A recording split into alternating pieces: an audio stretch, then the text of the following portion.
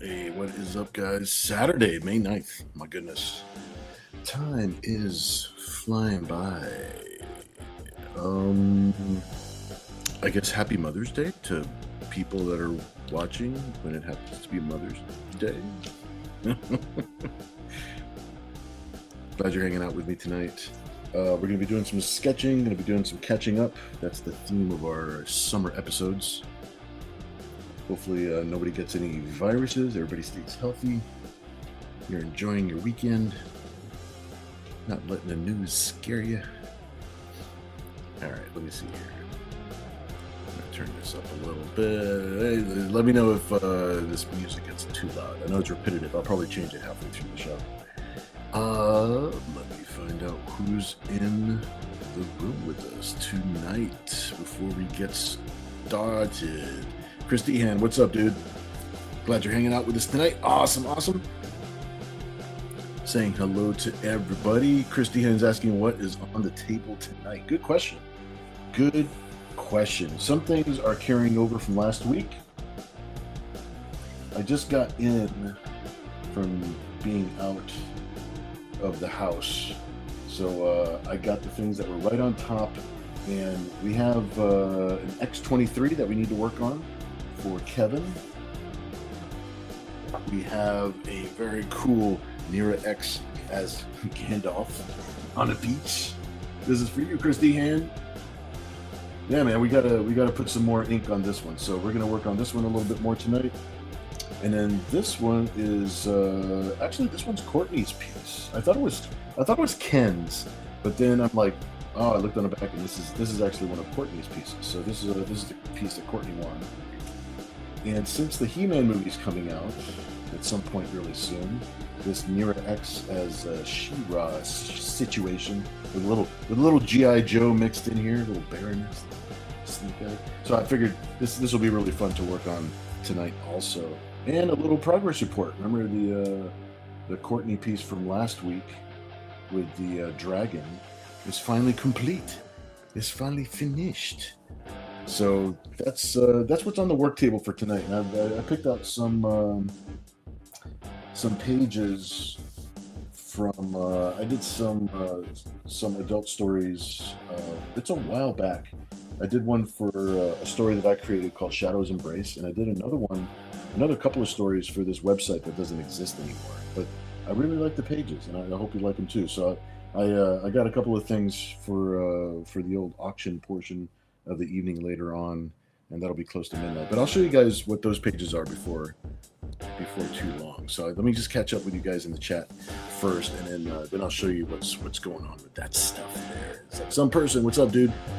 More meat and potatoes. That's right. I want us to eat well tonight. Nutritious. And no melons. There's always melons for dessert. What are you talking about? How dare? Maurice, what's up, dude? Glad you're hanging out with us tonight. That's awesome. Glad you're here, dude. Ken Albert, what's up, man? Saying hello to everybody. Very cool, very cool. Kevin, what's up, dude? Hello, strangers. I'm glad you're here, dude. Maurice saying hello. Let's see. Hope everyone had a good week. Yeah, absolutely. I really like our group. I think we all like each other. We all wish each other well. It's actually a good group. I really love our group. So yeah, absolutely. I hope everybody had a good week. Hope the weekend's going good for everybody. Get away from work for a minute. Christopher Bouchard, what's up, dude? Glad you're hanging out with us tonight. Chris says, hello, Bill and chat. Got both of the K-Woman Metal Age #1 and #2 today. Oh, that's cool. I'm glad you found those. I'm glad that you got those, dude. Very, very cool. Some of those sometimes they're hard to find. Some of those print runs are a little bit more more low than the average print run, so it makes them harder to find. Nice little gems. Let's see here. Kevin says, "Gosh, some of these look familiar." I know. I gotta get them finished. They gotta be finished. And and we're working through the stack pretty good. In fact, I probably have to go from the stack now and really start bearing down on some of the coloring, so that way I can start posting things onto the Patreon page. I got a nice list of things that need to be colored for the Patreon page. So that is some gear shifting that I'll be doing over the next week or two.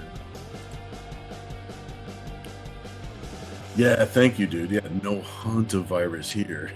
Boo! Yeah, it's just like a movie, dude. It's like freaking don't go on a cruise ship. And don't go on a cruise ship with scientists that mess with bats and birds and stuff. They're always up to no good. Some person saying hello to everybody. Very, very cool. Marie says, Cave Woman.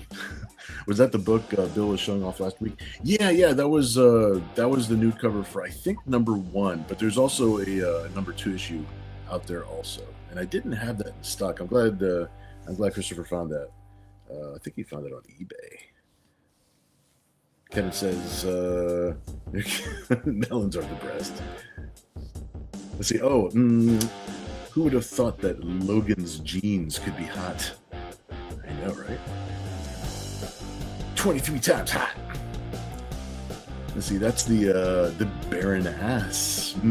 Too bad it's hidden behind those damnable Nobra, the Nobra Commander.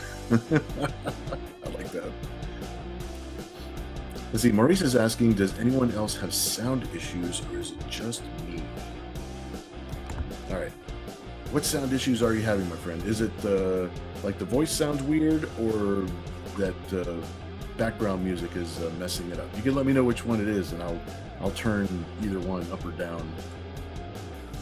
Kevin is saying it's just you. Oh no. Night Phoenix, what's up, dude? Hello, fellow kids. That is a favorite movie reference. That's how I feel half the time too. Hello, fellow kids. How's it hanging? Oh shit. Yeah, dude. I'm glad you're hanging out with us tonight. Cool. Marie says we are back and have sound now. Okay, good. Excellent. Just want to make sure everything's working good for everybody. It's bad enough that we have that little delay glitch or something. Something's going on with the live chat on YouTube when we do our auctions. That there's a little bit of a glitch that happens. So, but that's okay though. It's like we're all keeping an eye on it. You guys are helping me out with that too. So we will stay on top of things. Kevin says, "Kids here." Points to the movies. Oh my gosh. Yep, exactly. Some person says, you need a biography about your life with lots of art. You should call it Smut, Bill's quest to make the perfect cheesecake. My quest to draw circles over and over again. Mighty Geek, what's up, dude? Glad you're hanging out with us tonight. Awesome. Let's see, so we're at All Hallows Eve. You know, judging by this one here, you would think so. Yeah, it is more of a Gandalf homage. Mira X is doing a Lord of the Rings. Let's see. Kevin says Cheesecake Factory beat him to it. But all right, let me put some of these away for the moment. Let me see here. I think I wanted to work on. Let's work on She-Ra first, and then we're going to work on Chris Deehan's Gandalf Mira X, and then we're going to work on X-23. Then I'll show you a little bit like how X-23 actually connects to the Jean Grey piece. This is a piece that Kevin and I are working on. It's called the Grotto, the Triple X-Men Grotto, and there's gonna be like 8 characters. These are interconnecting pieces that go like 8 characters wide. So it's gonna be a huge piece. All right, so we'll work on She-Ra first, and I'm gonna put this one away, and then when I see if Courtney and Ken pop in a little bit later. I gotta leave it right here so that way I can show it to you. All right, so I'm gonna put this one right on top. Oh, you know what? I could take a minute and I can show you guys what's going to be on the auction block for tonight. Let's see, we catch up here real quick. Some person says not just circles, ovals. Ovals are the secret to your success. See, hoorah! Yep. Secretly, she's a Marine. I like it. I like it. I like it a lot. All right, so there's 3 little auction things happening. One is, I'm taking a quick look at it to make sure I don't have to put post-it notes on it. This is page 11 from Shadow's Embrace, showing off some of the characters, which I'm still posting the full color pages on the Patreon page so you guys can read it. And I think I'm also going to include it in the digital edition of Club Corrupt number 2. I think it'd be fun to include in there as a nice little freebie. So this is page 11 from Shadow's Embrace. And then the other 2 offerings are from stories that don't exist anymore.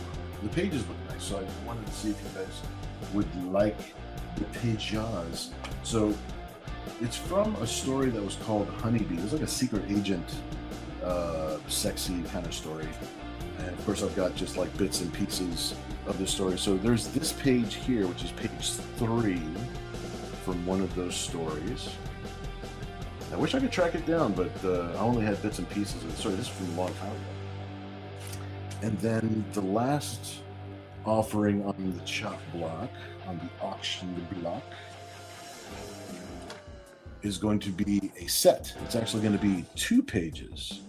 So I've got these 2 separate pages. They're both page 9s. I call them the 9s.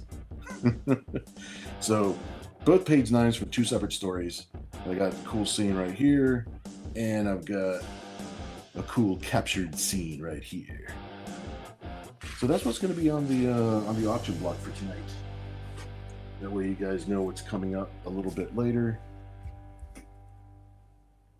Typically, what we like to do, if anybody's watching the show for the first time, we don't know how we usually do our draw streams. Typically, we draw something on the spot. It's going to be a pencil piece like this. And then by the end of the evening, what we're doing is we're auctioning off the actual piece that we came up with together. But I have fallen behind, so I need to catch up on all these other pieces first, and then we can get back to the other format. We can get back to that fun. Let's see, Kevin says, I think if all the pieces are at Comic-Con, that I will need hands to help display it all. Yeah, and dude, it's going to take me a whole day just to put all the post-it notes all over your art. But I do plan on having them attached and taped together. I mean, as long as I can safely open it and close it, I'm gonna have them all taped together so that way we'll hold them up. And I'm gonna get some help with somebody doing video for me, so that way we can get lots of video from the unboxing at the show. I think that's gonna be awesome. Mike says, well, we can always call it the Bill Moss Guide to Creating Smut. Ah, the old smut. I like to think of it as happy art. Yeah, let me get a swig of water here. Ah, is good, the water. Okay, let's see here. Kevin says, I could have said she woo-ha. Christopher says, how's the Julia Colored coming along? It's not coming along just yet. Hopefully in the next week or so, maybe 2 weeks at the most. I've been catching up on lots of pieces, so I'm hoping that she will pop up into the page fairly soon. But no, I appreciate you checking out. Please continue to check up on it, because it puts things on the front burner on my brain, you know. Some person says, rule number 1, draw them Hooters big and gravity defying. It's like an encyclopedia Bubatica. Okay, that was off the top of my head. That's not so good. Kevin says, page. I think I have a splash page from that with just the Black Widow in it, emerging from the water. Oh, you do? Yes. Yes, you do. Yeah, you have the cover from that. You got that a long time ago. I do remember that. Yep. Yeah, that's the main character of the story. That is the honeybee, the secret agent herself. Very, very Black Widow-esque, if you if you look at her. Murray says those ink pieces kind of remind me of your Danger Girl art that you've done. Oh, thanks, dude.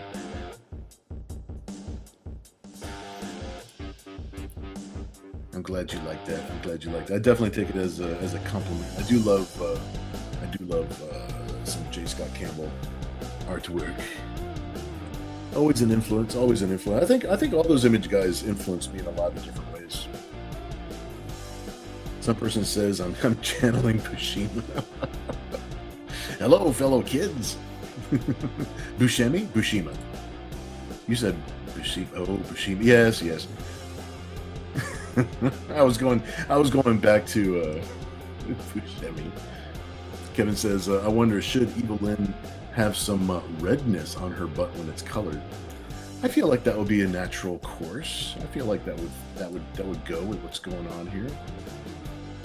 Some person says, rule number 2, make those gams a mile wide and tall. Kevin says, all connected. I'm picturing a scene from The Naked Gun where all of Drebin's credentials. Oh, yeah. He opens his wallet and it's like, brrr, every single family picture in the world inside of his wallet.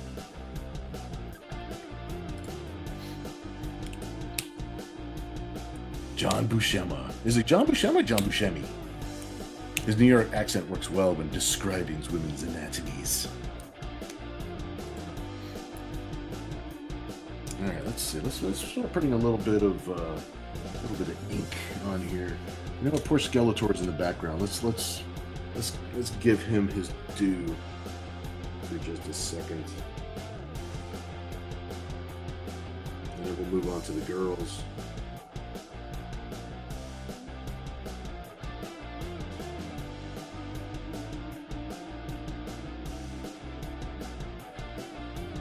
I don't know how that He-Man movie is going to come out, but I guess we'll find out. I want to be excited about it, you know?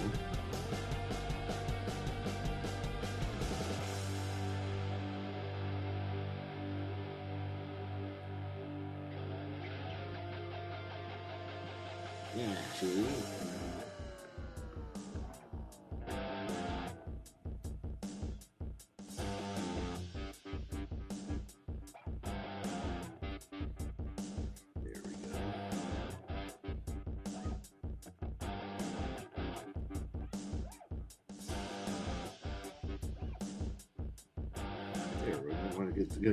Get a little bit of personality on his bone face.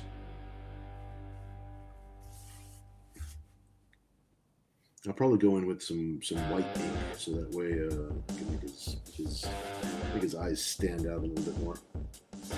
Even though typically we never see his eyes. But I figure since he's looking at Baroness hanging from the wall, I'll put eyeballs on him this time.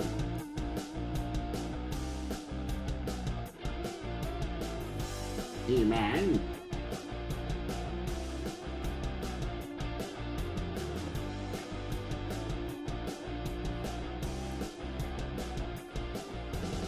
That was a good little warm up before I start doing the features on the girls' faces.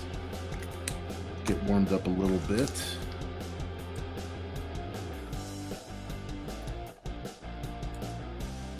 Kevin says, who would have known that such a bony fella could have so much expression?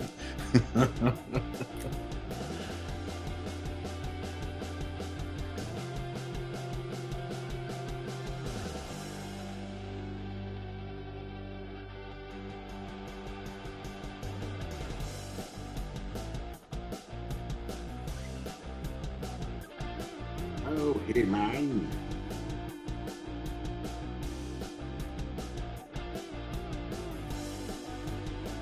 There we go.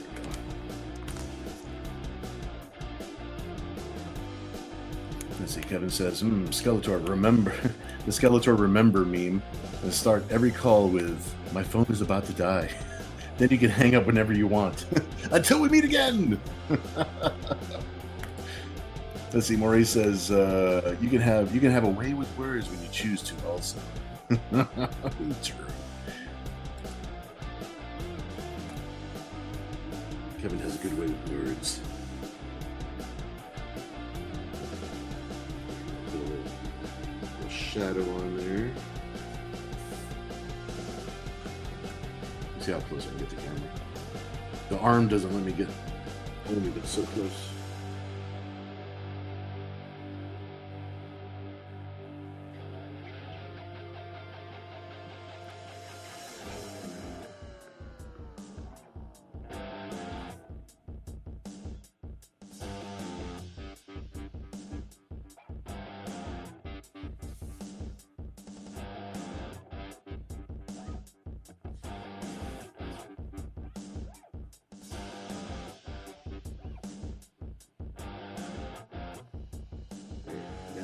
Nice little surprised look on his face here, so that's good. That's a good little starting point for him.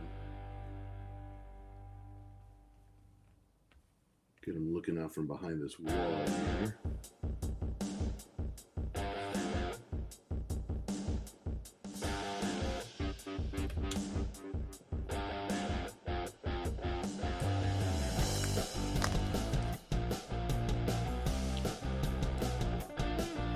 Kevin says Skeletor makes me think of a Scooby-Doo villain. He's got that vibe about him. Would have gotten away with it too if it wasn't for that damn He-Man. Those darn kids.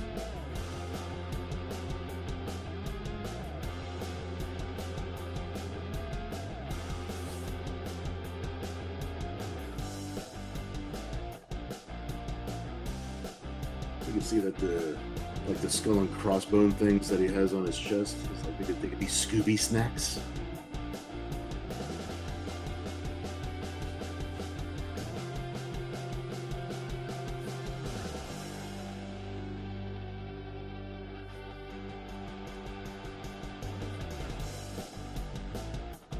I love that he's just a skeleton head, but he's ripped.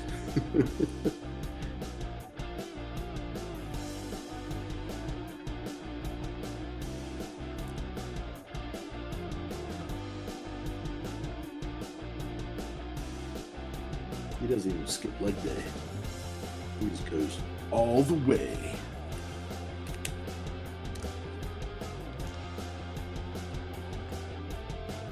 Ah, what is this? Kevin is putting a link.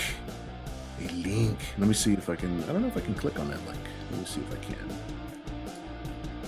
If I go out to the. Oh, that's Scooby-Doo villain. Yeah. I know who you're talking about. Yep. With the glowing skull bit. Yep. Wait, it looks like he's wearing like a deep sea diving suit, kind of like the other. Well, not a deep sea diving suit like the other Scooby-Doo villain. I mean, it's just more like a. You know what? The helmet on him kind of looks like a juggernaut. It's just a dome. Skeletor, She-Ra, I've got a bone to pick with you. That would be, that 100% that would be written in the episode if they ever did that. Let's see, some person says, Bill, you'll have to learn to do a Skeletor voice. I know, right? That's why I'm drinking water right now. My voice is already like a little raspy. We've just been talking about this week. I don't know. Water. Hey, man. There you go. That's about as close as I can get. Like She-Ra. Got a bone to pick with you. I make him sound like a 1920s street villain. Yeah, see? Yeah, I'm Skeletor, see? Yeah, come on down to the hideout, see? Yeah, we doing some workout, see?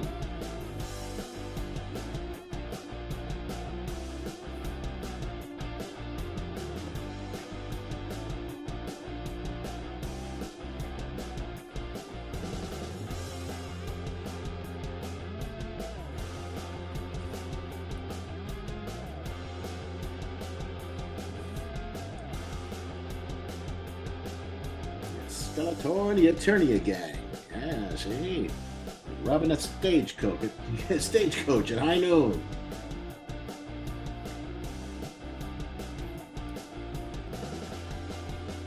Alright, let's give I don't know, let's get Baroness over here. Baroness needs some attention. We could start from left to right a little bit, I think. I think we'll keep this one going. We'll keep this one going for a little while longer, so we can get some progress on this one. We got 3 pieces that we're working on tonight, so I think this will give us a good amount of time. As Kevin says, Miss Skeletor is saying that the secret to her smoking hot body after 60, cremation. that was the Space Kook episode. I got you. Some person says I have this book of sci-fi book covers in the 70s. They have a section on skeleton astronauts. I think that's a theme that needs to come back. I wonder how many times in my life I've actually drawn a skull. I've been drawing skulls since I was like a little kid. Probably thanks to Scooby-Doo, but there's a lot of skulls. Kevin says that was pretty good. Until we meet again. Excellent. As some person said, it almost sounds like Cagney, but close enough. Close enough. Yeah, it leans that way, doesn't it? It's almost like if I try to do a British accent, for some reason, it always ends up being an Australian accent. Like I don't mean for it to be, but it will turn into an Australian accent. So if I try to do a British, like a James Bond, it'll end up being an Australian James Bond.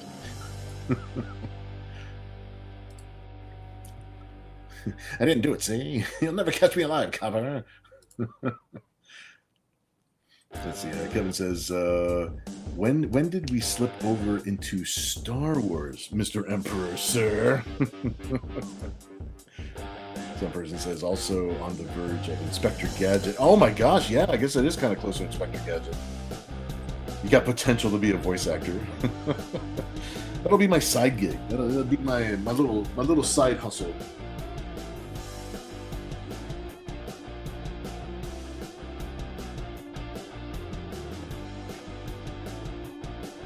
Don't think I haven't thought about it. But it's all who you know. Unfortunately, I don't know anybody in the voice acting game.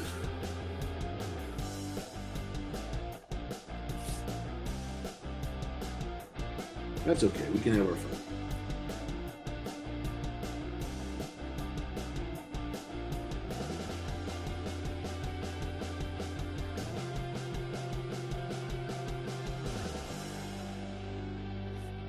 I'll be a happy camper as long as I can draw enough of these to make a living.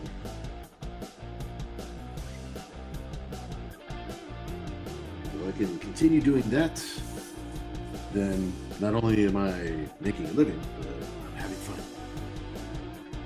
And hanging out with you guys. It's a win-win.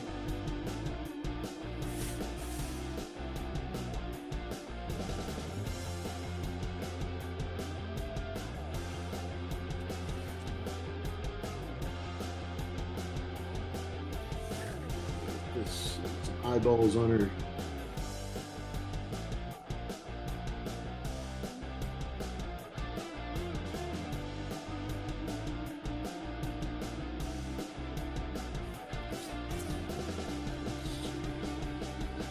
Open her lips first and then her glasses.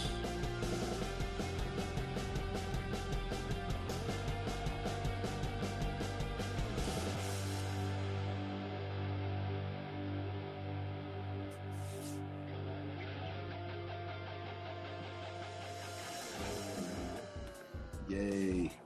Alright, let me switch to a different pen here. Let's see, Kevin says, when I think of Cagney, I always visualize his stare dancing Yankee Doodle Dandy. Yep. Maurice says, oh, Baroness, we will meet again. As Kevin says, meet over and over and over again. at least for the next 3 minutes, don't you mean? Some person says, fun fact, Don Adams from Get Smart did Inspector Gadget's voice. Missed it by that much. That makes 100% sense, thinking about that. But I didn't know before that it was him. That's pretty cool, man. I'm glad you said something.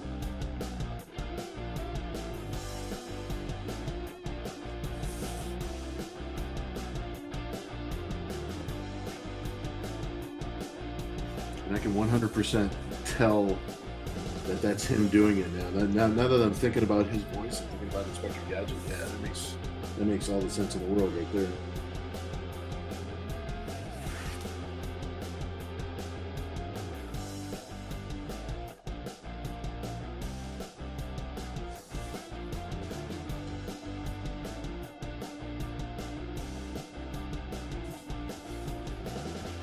Ah, the good old days.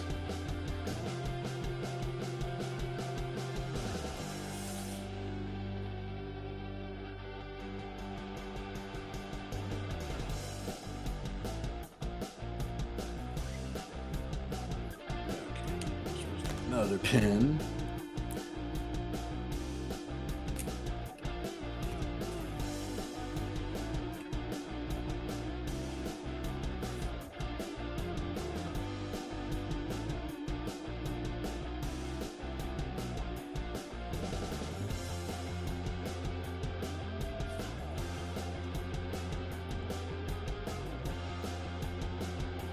This is having a heck of a day.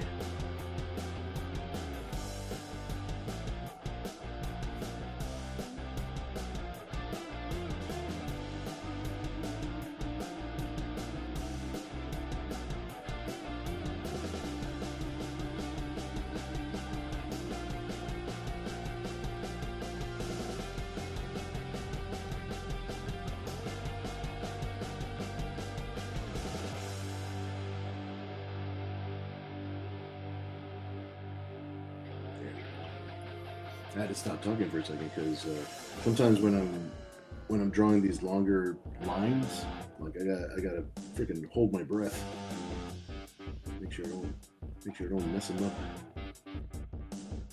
Don't want to mess up your lines, man.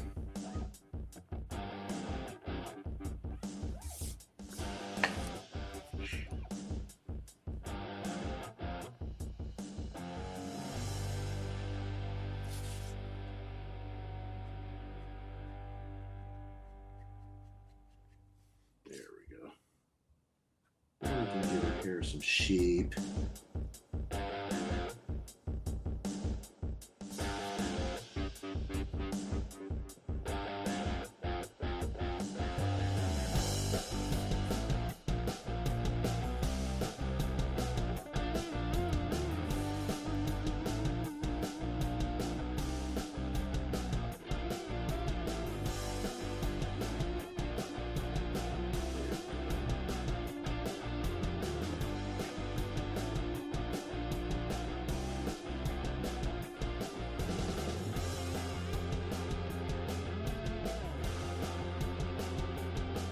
I always think of this kind of hairdo as like being like such a wholesome hairdo, but of course it's like mixed in with the idea that, oh, she's naked, huh?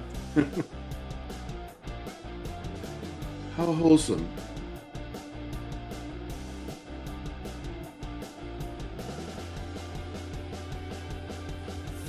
But you know, God made all his creatures in a mood. I wasn't born with 501 blues.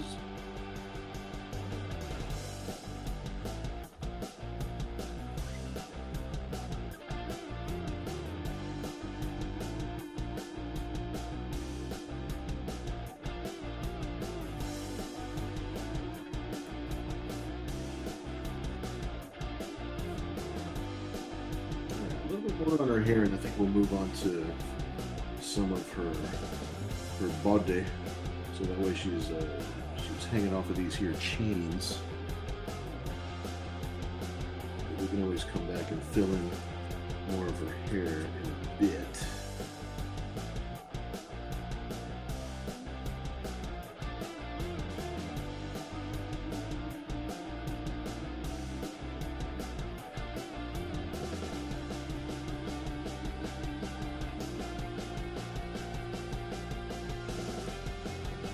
Skeletor looks very pleased with his outing this week.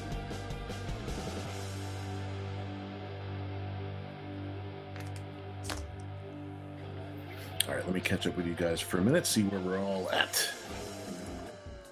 Let's see, Kevin says, it makes sense he already had all those gadgets to start out with. I know, right? It was like the whole thing was in his wheelhouse, really. He was the perfect person to do his voice. Let's see, I don't have a shoe phone, but I do have what is essentially a Dick Tracy wristwatch radio phone TV in his glove. Yeah, I remember Inspector Gadget like pulling the antenna out of his thumb. Night Phoenix says, let's see, I loved Get Smart and Inspector Gadget. Both are awesome classics. I used to watch them when I got home from school. Yeah, those were part of my lineup, dude. Those were one of the many cartoons that was part of the lineup for sure. Kevin says, wow, I never got home from school until the street lights came on. What? Or I had homework to do. Either way, I seem to have missed a lot of good afternoon TV. I think I started missing. I used to stay after school for marching band. That was part of it. I played tuba in marching band because I liked going on band trips, and there was a lot of girls that I liked in band, so it kind of worked out.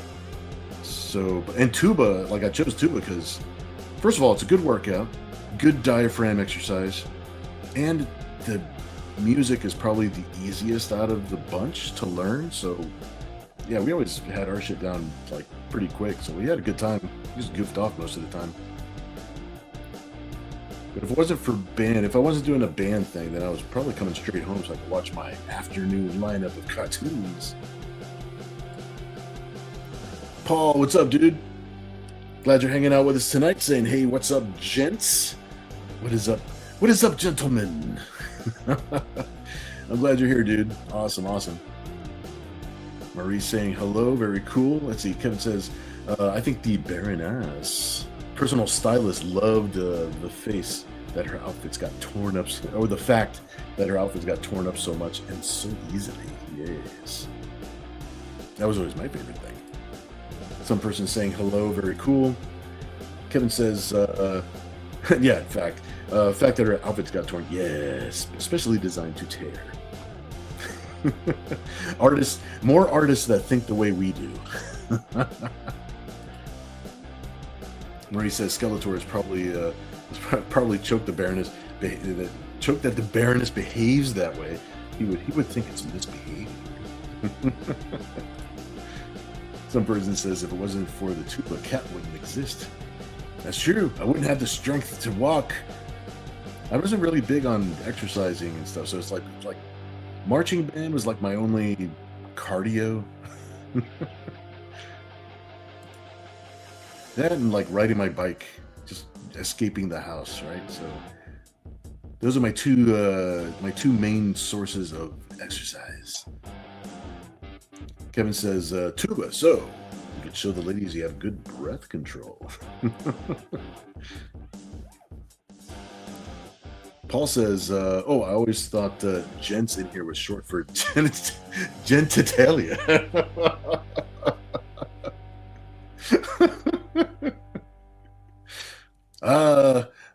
The secrets of our group.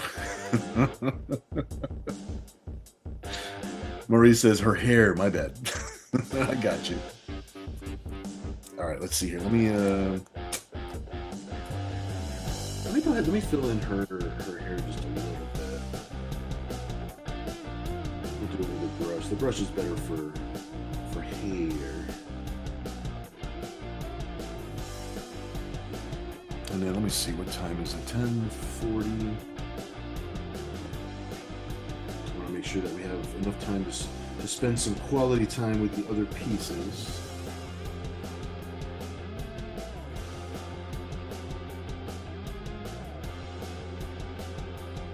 We'll spend a few more minutes here making sure the Baroness some good attention.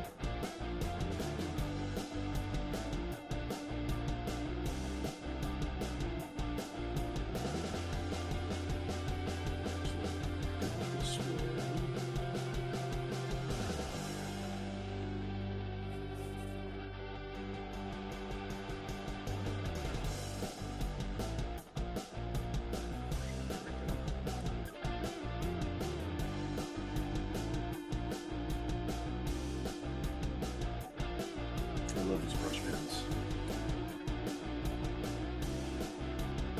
I gotta buy myself a bunch more.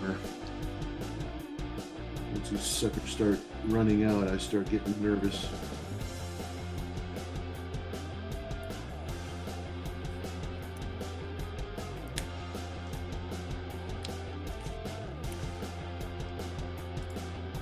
I see some person says, hey ladies, my instrument is the largest in band. Kevin says, well, next time you say, how's it swinging, gents? Or I'll have the wrong thoughts in my head now. Secretly, she's Malka cosplaying. Ah, see? That's what's going on. Maurice says, where's my big oscillating fan? Damn it. Some person said, learning music also shows you got good rhythm. Yeah, try to have the rhythm. Try to have the rhythm in the rhyme.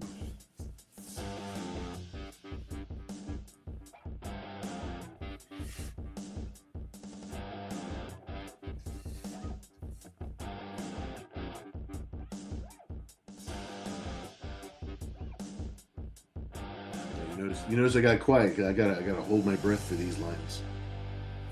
These lines have to be just right.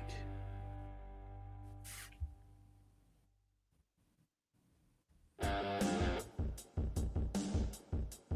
can mess up all day on the brick wall that's behind her, but you don't want to mess up the lines that are actually part of her.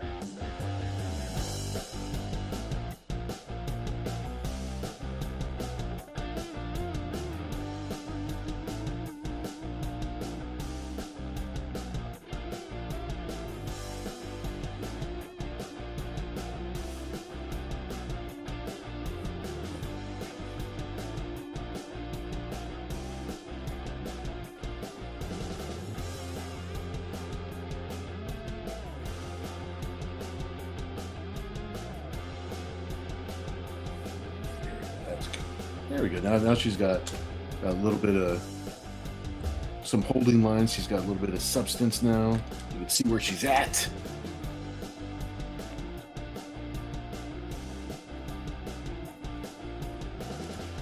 See, Kevin says, I just had a bad thought. Have you seen the latest episode of The Boys? Just think of something hanging, swinging around, and getting stuck in a fan. Oh my god, that episode was kind of... I don't like that power. I don't want it to hang like that. That was a messed up power. But leave it to the boys to come up with that, with a way of putting that on screen.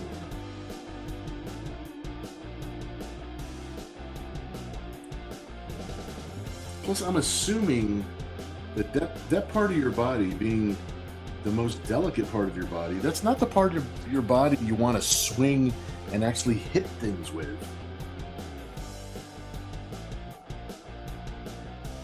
It's like that's a power that comes with its own built-in kryptonite, I would think.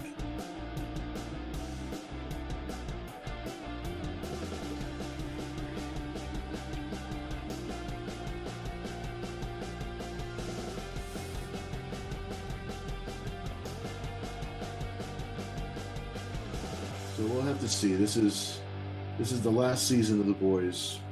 You got to see how they wrap things up. And they certainly wrapped up that guy with that ball power. Yeah, I didn't need to see him anymore.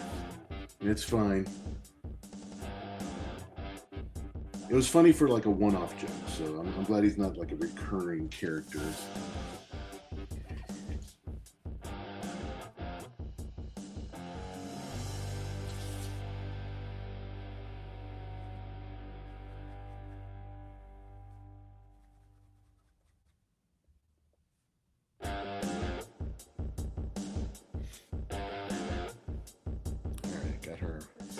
hanging out off of some clasps. Some clasps. Some person says, look at those circles and ovals. I've been practicing my whole life. Kevin says, I keep seeing that as Cobra Commander's beer mug. I know, like, oh wait, no, that's, oh, it is. That is a Cobra Commander beer mug. It is 100% a Cobra Commander beer mug. And I don't know whose idea that was the night that we actually drew this, but that was a great idea. I don't think it was me. I'm pretty sure that was something that was suggested. Marie says she's got some oomph to her now. Yeah. I like what she said. Kevin says, let's just call that a dick move. Dick move, Banner. Oh, that other guy, it is a dick power. But the dude from the latest episode of The Boys was a ball power. It was a hanging ball sack. It was very disturbing. Marie says, would it be a Destro mug? No, this is definitely Cobra Commander. Oh yeah. Kevin says he was a whole silver head. The commander just had the helmet. That's true. Got the silver face. Got the blue helmet. The blue Darth Vader helmet. The Starscream voice.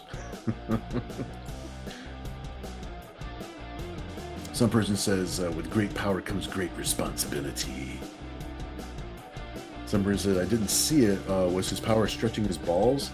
Did he also lasso people with it? He did. He would. First of all, it was funny because it was like one of those camera angles where you're looking, you're like on the, you're like at floor level, so you only see his legs and his feet, and his balls literally dropped and hit the floor, so that you knew that was going to be his weapon. And I'm just like, oh, what the hell? And then he actually took it and swung it around like a lasso or like a bag of rocks. He was just swinging it around, like hitting people with it and using it to choke people. It was messed up. It was a little messed up. Kevin says, whoa, wow, I guessed right. Kevin's like, I guess it sucks to get old.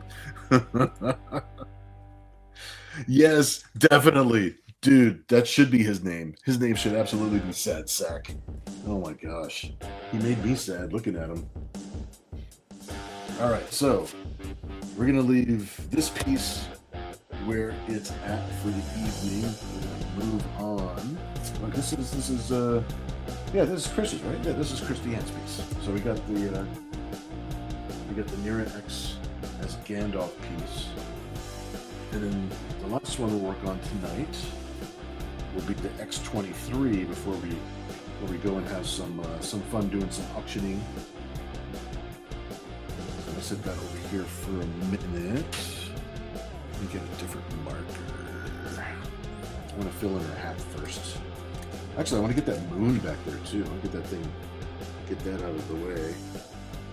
So that way we can concentrate on all the little fun elements.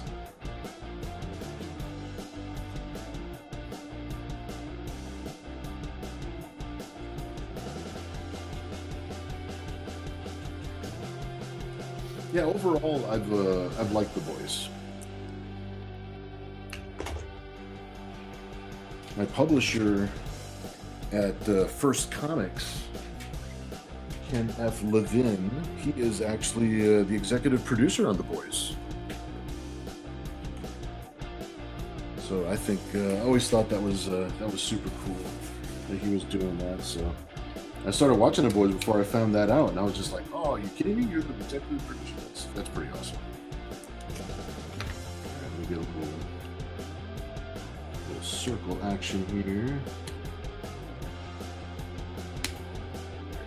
This good. Yeah, that looks good. Yay. Compass.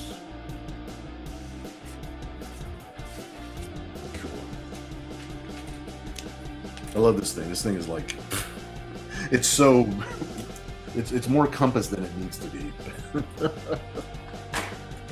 Looks like it's a freaking gadget from space, which is one of the things I love about it.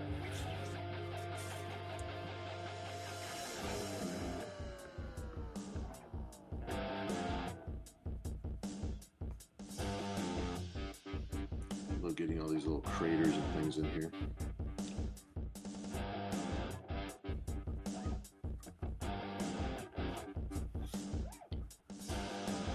Some of the textures are like, I don't know, it's like handwriting in a way.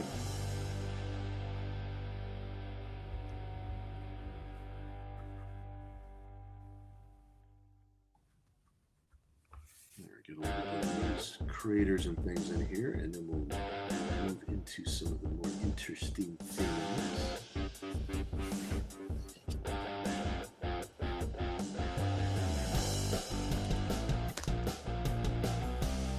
Let's catch up with you guys real quick before I start putting ink down. Let's see, Maurice says, cock-swinging commando. He's a wannabe. Kevin says, no more dragon on Chris's piece. No dragon for you tonight. Now, we got plenty of curves and plenty of beach to work on here. And then we also have like a drunk, we got drunk Mercy over here. Drunk Tiny, look tiny. Got a little tiny to ink tonight. Some person says, is that a compass with a knife? You would think so.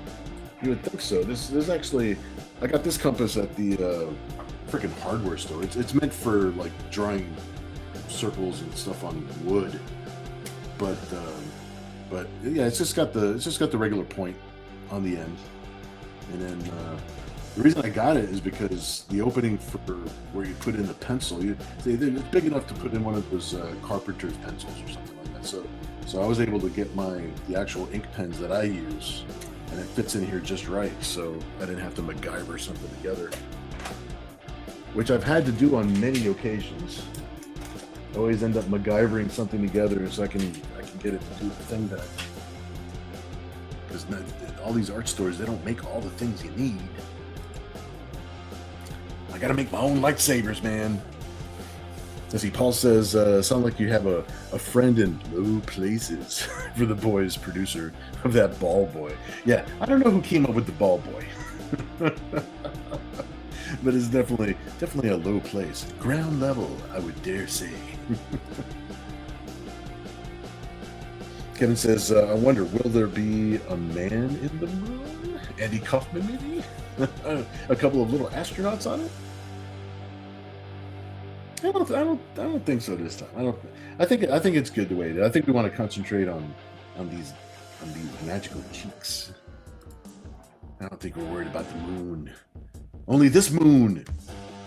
Some person says, just in case ninjas attack as you're drawing architecture. See, that's a good thought. See, that's thinking ahead. Situational awareness. It's super important. Paul says, I wonder whose piece this is. Oh, this one belongs to Chris Dehanth. And I will look on the back just to be sure. Yeah, this is Chris Dehanth's piece. So this one is Chris Dehanth's piece. The one we were working on before belongs to Courtney. This is Courtney's piece. And I did show off, this was another one of Courtney's pieces that we already finished. Well, that I already finished. And I just wanted to show everybody before the show started. So her piece here with her Cyber Angel character riding atop a dragon. And then we got this one all done. And this is Kevin's piece, which is actually part of a multi-piece piece, which is going to have like 8 pieces attached to it. It's going to be this cool grotto piece. And now we're working on Chris Dehan's piece. I got to make sure that one of your pieces of artwork has to pop up here. Actually, you know what? Lots of your stuff is going to be done and delivered to you next weekend. Next weekend is Tidewater.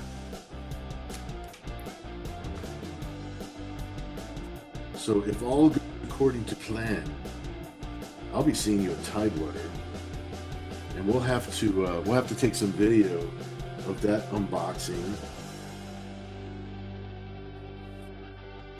so that way we can share it here on the show. I think that's going to be a lot of fun.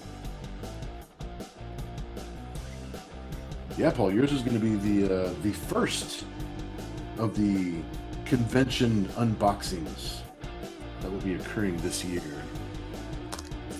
So I'm excited about that. Here we go. Let's get the Gandalf staff over here. The staff is running away with their bikini top. So that was the general idea. That was the gist.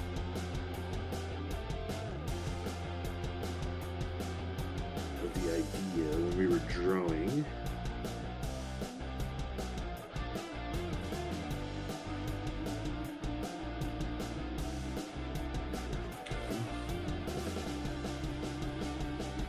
Mischievous staff.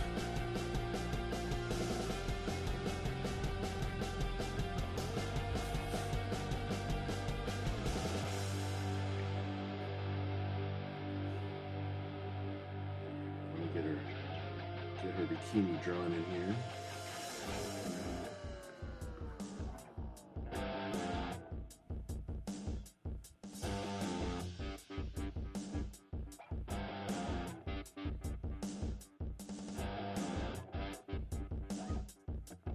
Here we go.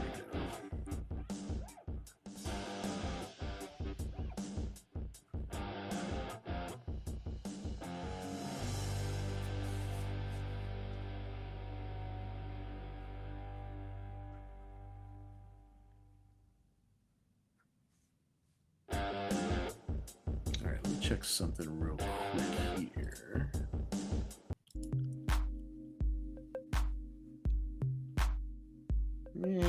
I don't know. And it sounds too slow. It sounds too... Oh my gosh, that sounds like we're doing a puppet show. What does this sound like? Yeah, we'll leave this on. It's just noise. They're generic music. I'll have to... I have to write some music, or I've got to download some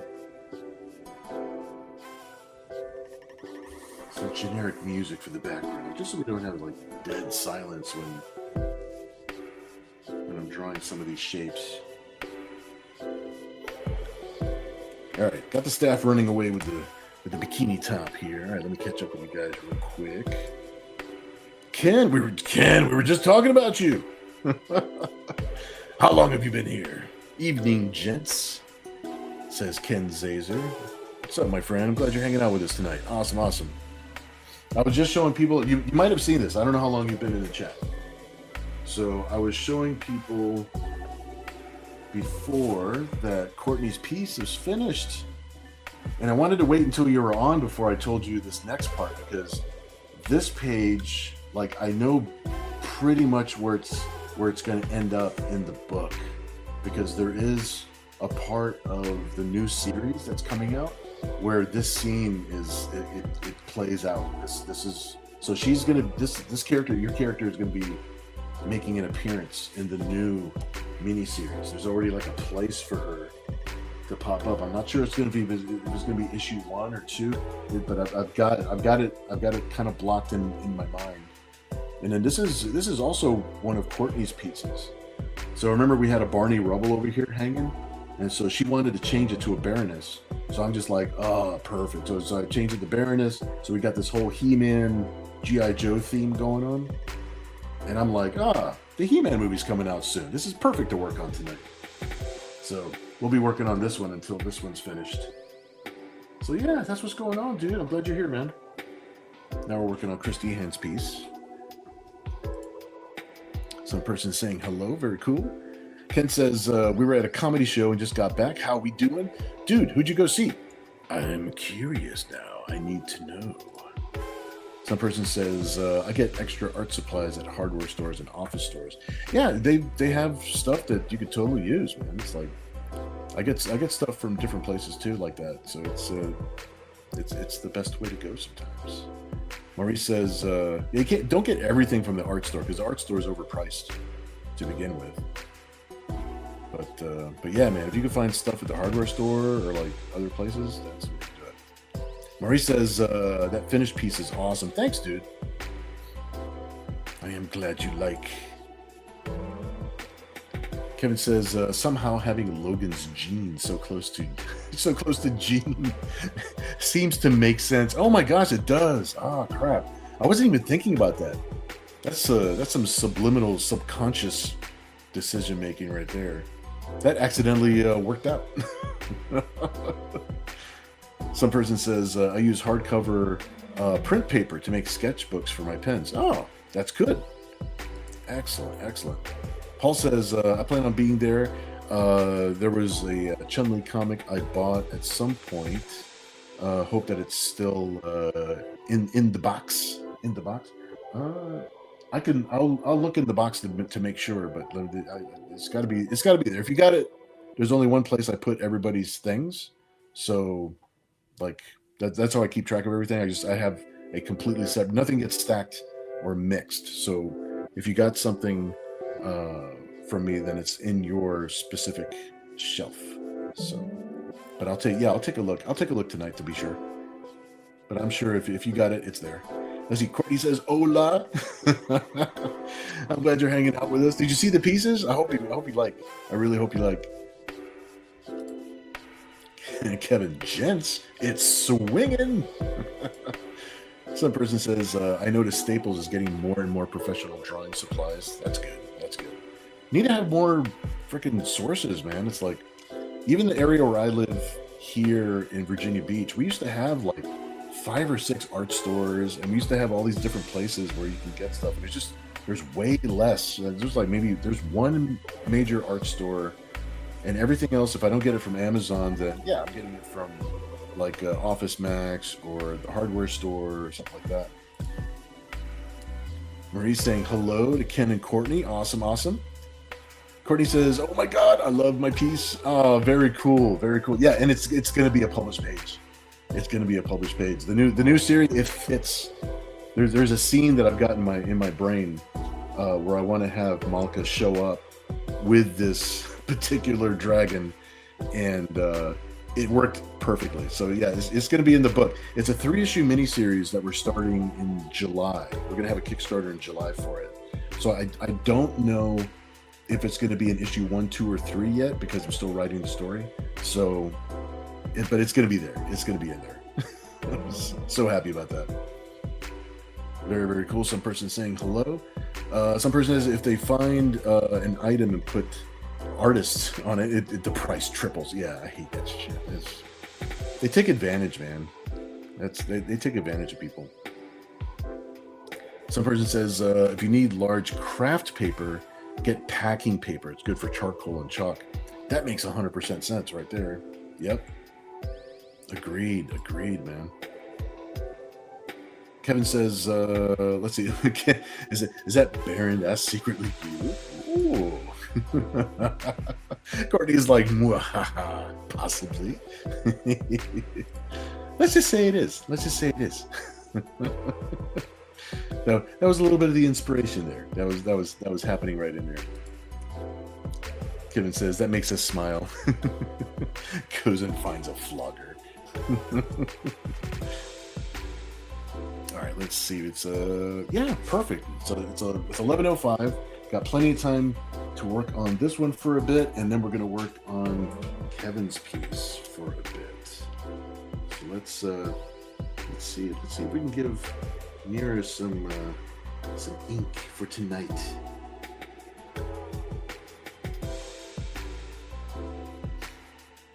And like I said, I'll do my best to start doubling down on making some time to get some coloring done. I gotta get some coloring done for the pieces that have been inked, so that way you guys can see the finished pieces over on the Patreon page.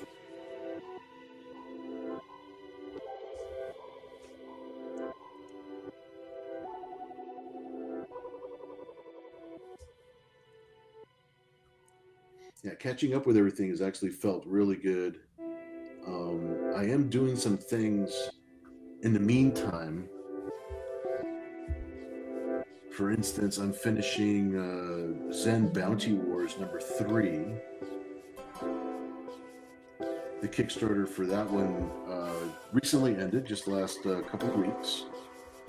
And I've got to finish that book so that way that could get sent off to the printer and we could do fulfillment and all that good stuff. And we're starting to get ready for, like I mentioned that we have a new Nira X miniseries that's going to start up in July, so I'm very excited about that. That's going to be with Tom over at Committed Comics. He's our main direct market publisher.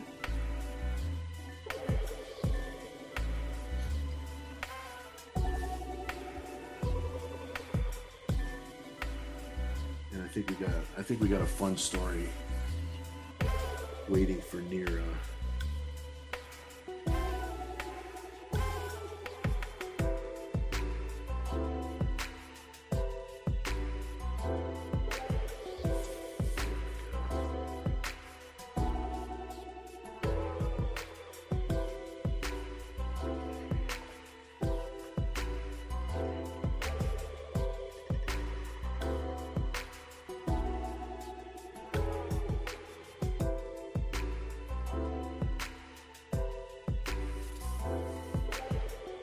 Always have to flip the paper around 100 times.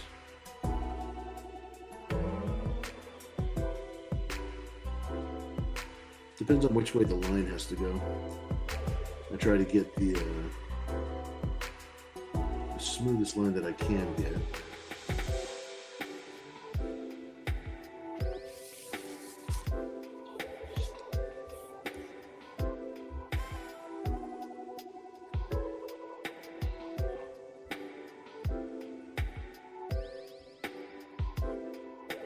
I had to look for a second to make sure my forehead wasn't going to be like in the camera.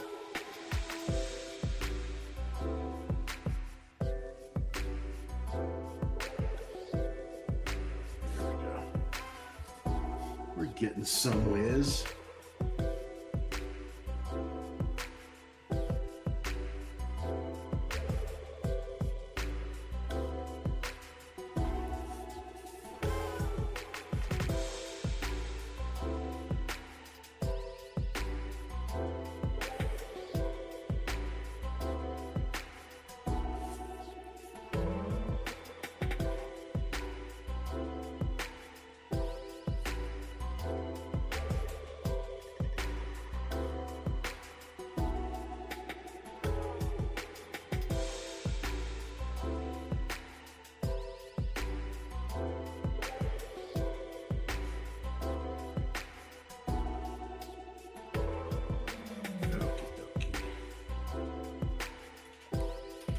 Some good progresso.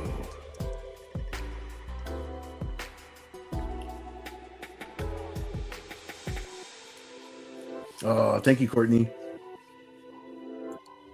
Yeah, I like the way Nira is coming out in this piece.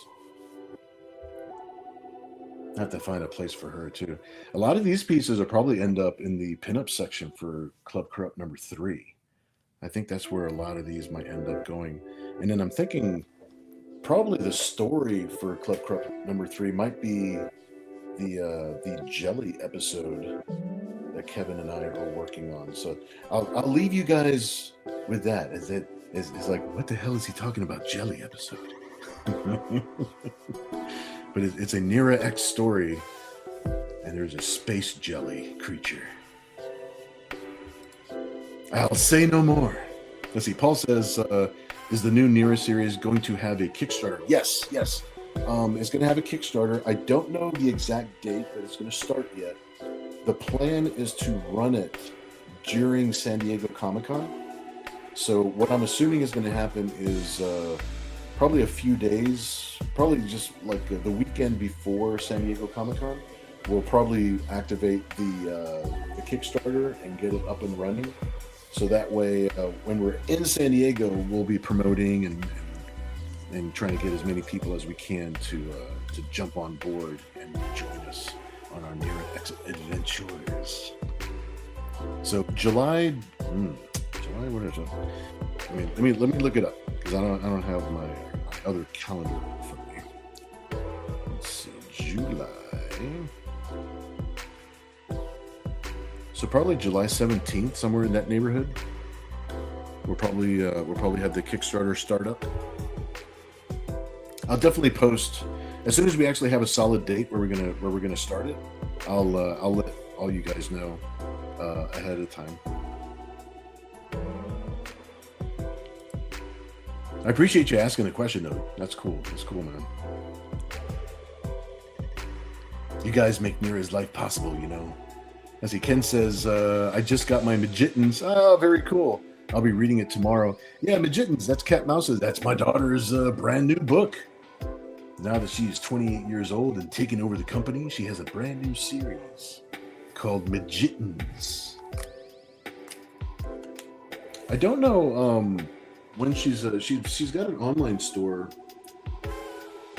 that she is creating for her stuff. So I don't know when that's going to be up and running, but I know she's already working on issue 2, or at least getting the story ready for it and stuff. And issue 1 has been like very well received. I'm very happy. Went to Ocean City Comic-Con recently. It's actually called Anime Ocean City. It's a smaller show, but it's a very, very cool show. And everybody there that picked up Magitans, they liked it a lot. So I'm very, very happy with how it's going so far. It's going very good, very good. Yeah, thank you so much for picking it up, dude. I'm glad you're a part of it.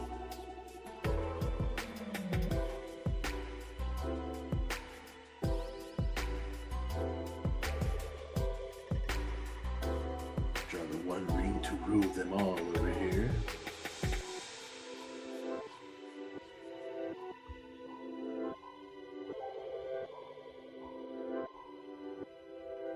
There we go.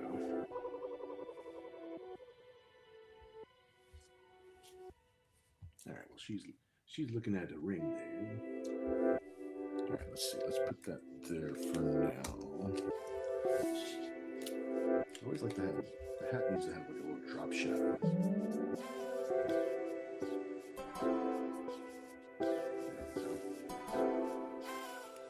This looks better with a wee bit of a drop shadow, Governor.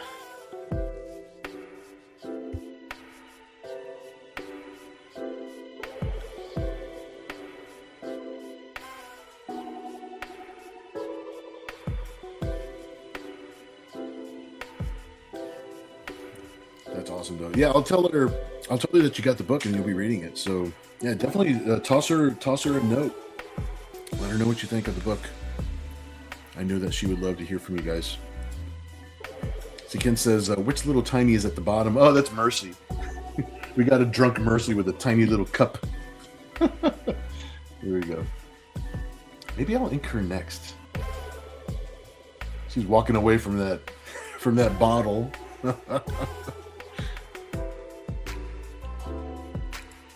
Let's see here. Kevin says, it's always Malka, if you have to ask. Christopher says, hello to Ken and Courtney. Very, very cool. Kevin says, jelly is good. It gets everywhere. Let's see. Christopher says, all artwork looks awesome. Thank you, dude. I appreciate all you guys. Let's see, Ken says, also TSOTG lotion for the win. You know it. Marie says, you can never go wrong with TSOTG. Near X Universe brand. Some person says, did you get Kat an official CEO plaque for her desk? I need to work on something like that. Give her the accolades that she deserves for taking over the company. Yeah, she's setting herself up for being in charge, which is good.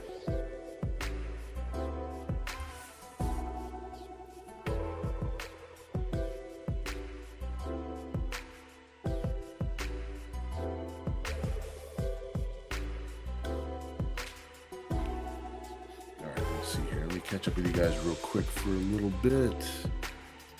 Ken says, "Damn right, Mo." Yeah. Some person says this link will explode in 10 seconds. The secret Patreon. The club corrupts. Hey, you know what? I'm going to upload a couple more pages tonight after the show for Shadow's Embrace. So that way, it's a 24-page story, so I mean, we'll get through it fairly quickly. But I'll upload a few more pages tonight. And we also have my main website. I do need to update it, but that's a good hub. If you need to find any of my social links, or you just need to find out what we're up to or whatever. So it's a good default place to go if you don't know what's happening and you can't tell from the Facebook posts what's going on. Facebook is actually we're active more often than not. So that's usually, Facebook is usually where I go first, because people usually respond to me more on Facebook than on the other socials. But this is the webpage is good. It's a good hub to find everything. Some person says, "Cat the boss mouse." That's right. She's the boss. Paul says, "Why am I thinking the Nira X jelly incident is going to be Star Trek Tribbles level of legend?" I like the way you think, sir. I like the way you think. Some person says, "Oh, this is Cat Mouse's webpage." So yeah, please visit her webpage. That's where her, earmark it, because she'll put up like her convention list and things like that, and she's got her socials all listed there too. So little easy ways to keep track of us, keep track of what projects and stuff we're all working towards and stuff. So it's that way we keep it all in one place. You know what kind of fun we're trying to have. Kevin says, "Oh, it will." It will. There you go. There's Kat's Instagram link. Thank you so much for sharing those links, dude. Always appreciated. All right, let's see. We got a few more minutes we can work on Chris's piece here. So let's work. Let's make sure we get this scroll here.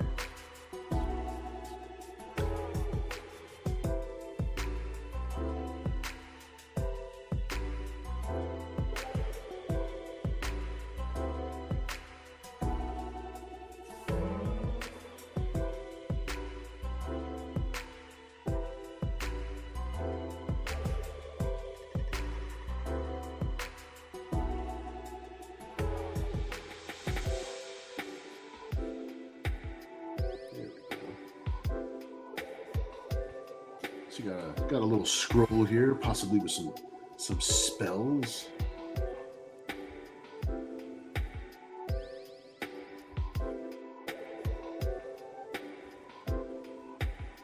Perhaps a shopping list.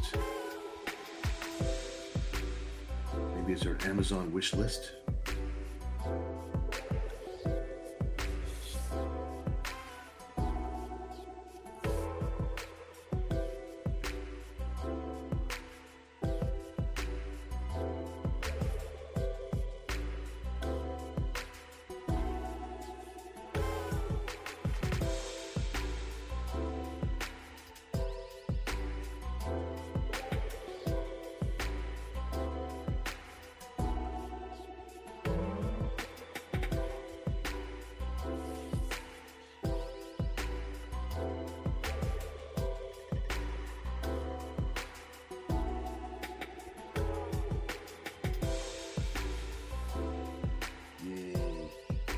Excelente.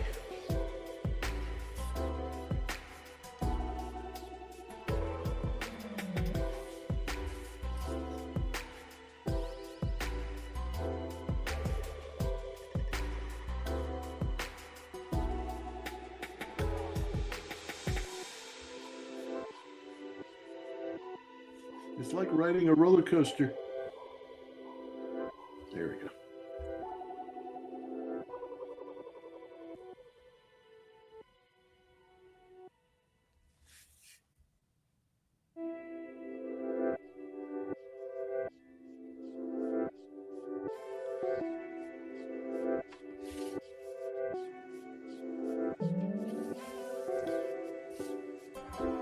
Yeah, we'll do a little bit of this, and then I mentioned that we are going to try and ink the little tiny before we moved away from this piece tonight. So let's make sure we do that.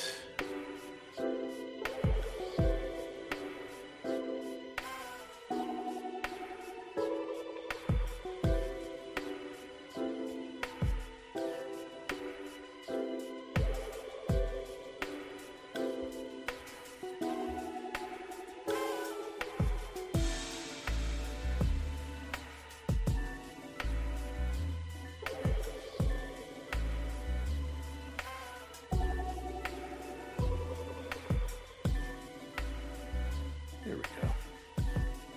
All right, let's get a smaller pen. We'll see if we can hook Mercy up a little bit down here.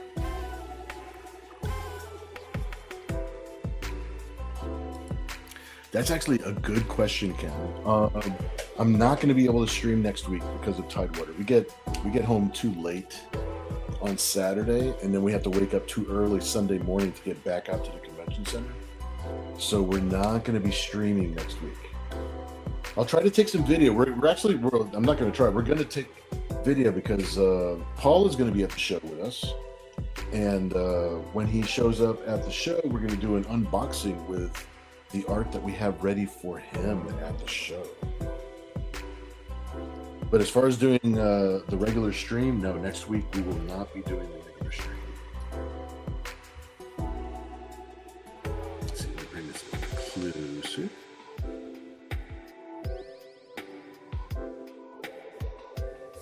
I even have to, she's so tiny, she's a little tiny.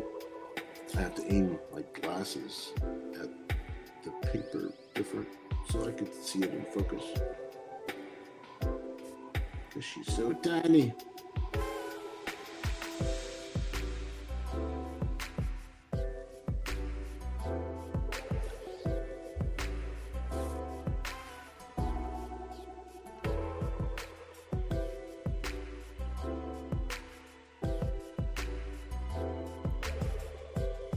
But yeah, dude, that's a good.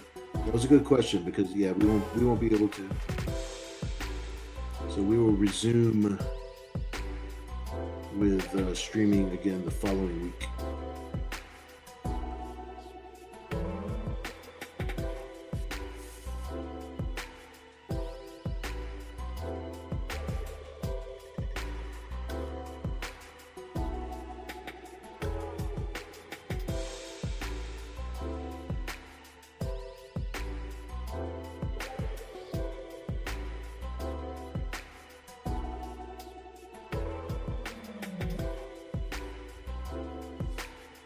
Oh, Mercy, she drunk.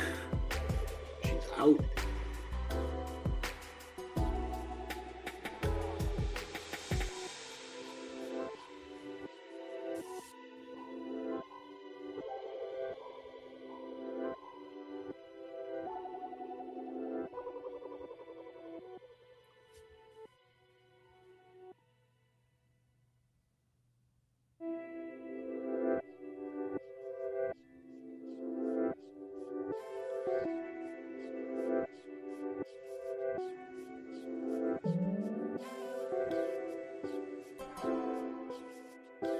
There we go. Get her little leg straps on her.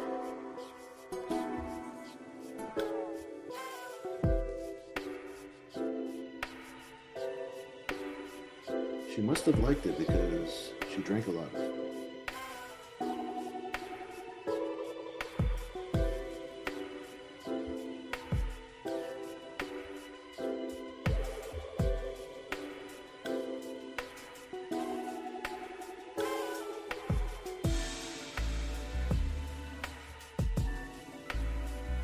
All things considered, because she's like she's tiny, her cup is like awfully big for somebody who's tiny.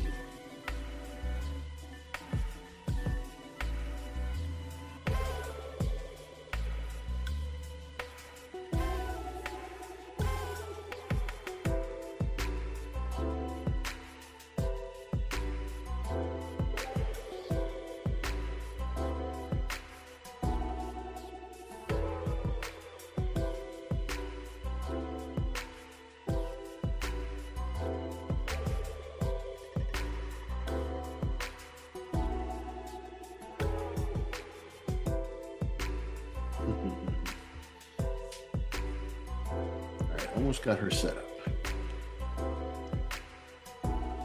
Let's see, let me catch up with you guys just a little bit. Let's see here. Kevin is saying it's a list filled with all sorts of local Nazi girls. That's what that list is. Marie says your favorite list.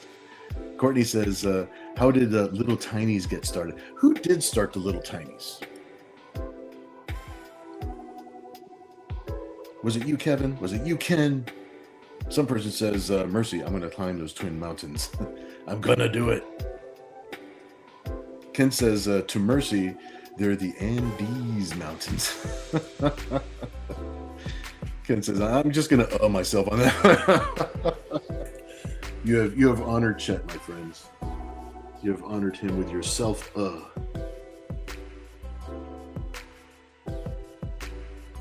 But yeah, I actually don't remember who. Do you guys remember who started the Little Tinies altogether?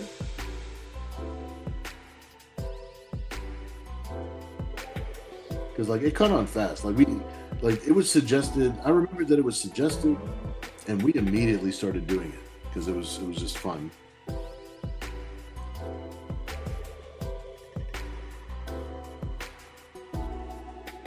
But we've been doing it long enough now that I don't remember who actually started it.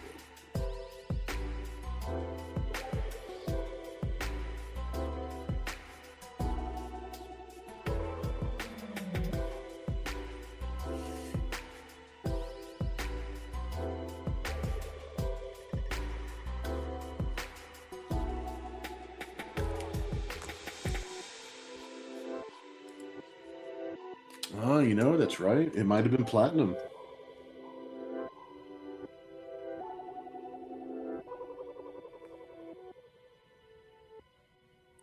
You know, if anybody's in touch with Platinum and just want to let me know that he's okay. I haven't heard back from him in quite a while.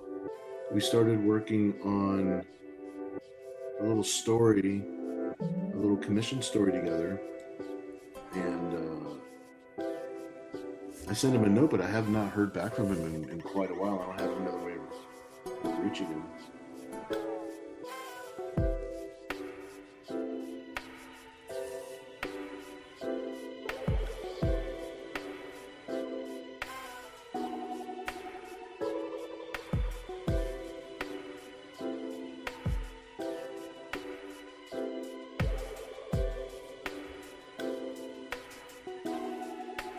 I'll send him another email this week.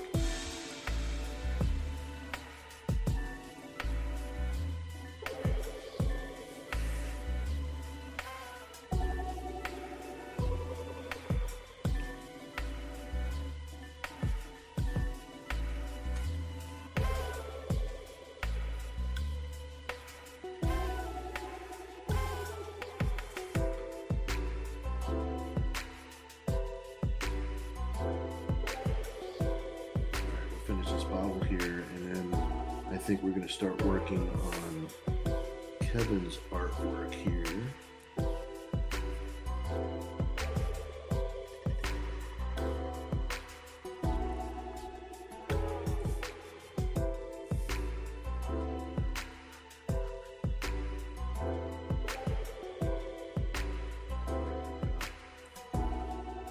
There we go. Got Mercy all hooked up in her partying ways. Yeah,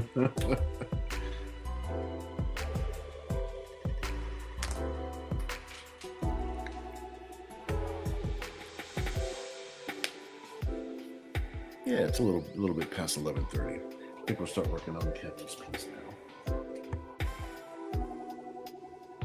Hope you like how this one's coming out here, Chris. I'll set it off to the side, keep it safe. All right, first thing I gotta do is make sure when these girls are taped together, they match up pretty good.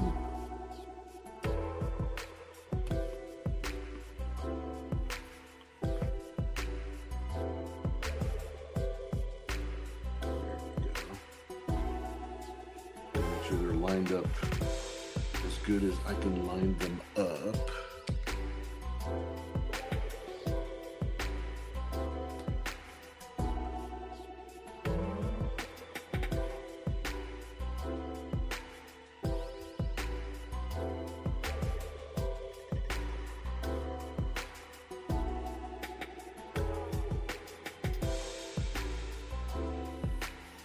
make sure these energy wings are lined up enough so that way when we do the rest of it, everything just falls together very good.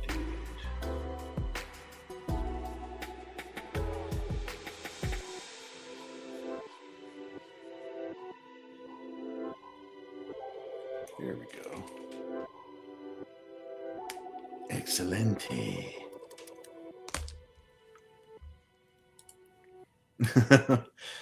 Kevin says Scribe must have spiked the booze. Ken, post-it notes. Boo! Yeah. We got rules over here on the YouTubes. Set this piece over here. Oh, this one goes over here. Make sure everything's in the right spot. And yeah, let's work on X23 for a minute.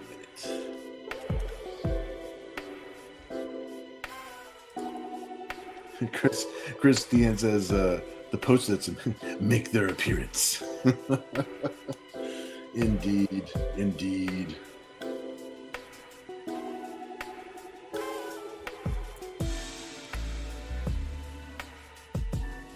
In a lot of ways, unfortunate, but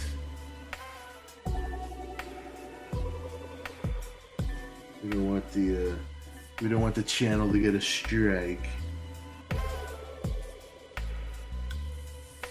We gotta stick with the rules.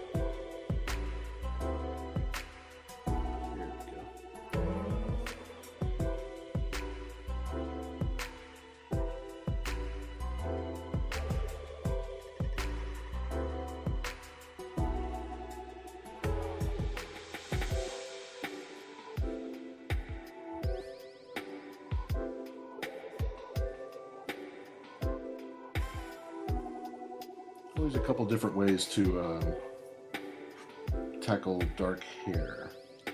So I like the brushed look.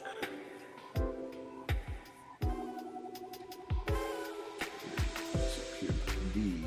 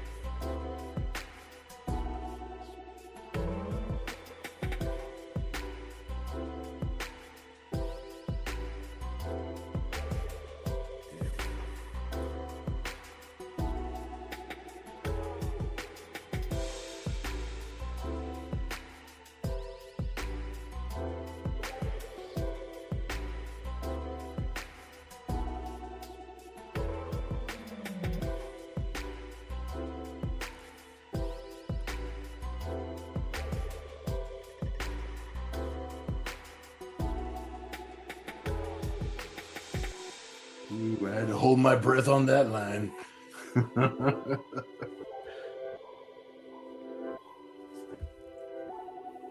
to make sure I was getting it smooth.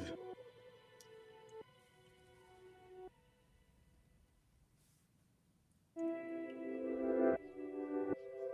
lot of times when it's just a single line hanging out in the middle of nowhere, those are actually the lines that are the hardest, because you could see.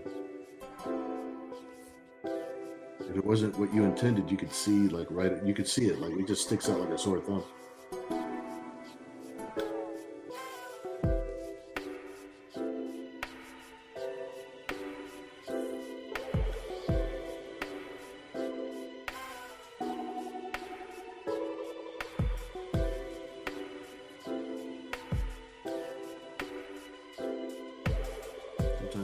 simplest lines that are actually the hardest. Because it's hard to make it look like it's simple.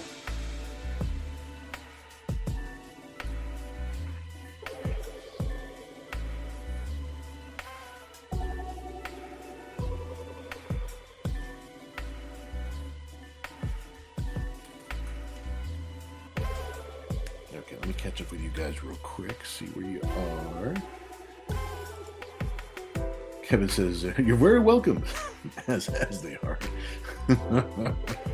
Chris says, what's the most Post-its that were ever that were needed? I don't know, man. It's a lifetime of Post-its.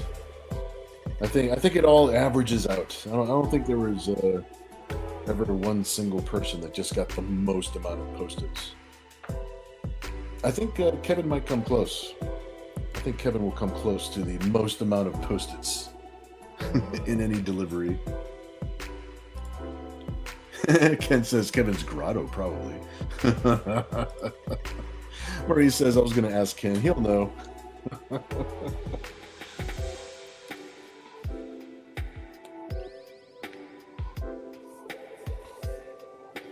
Let's see.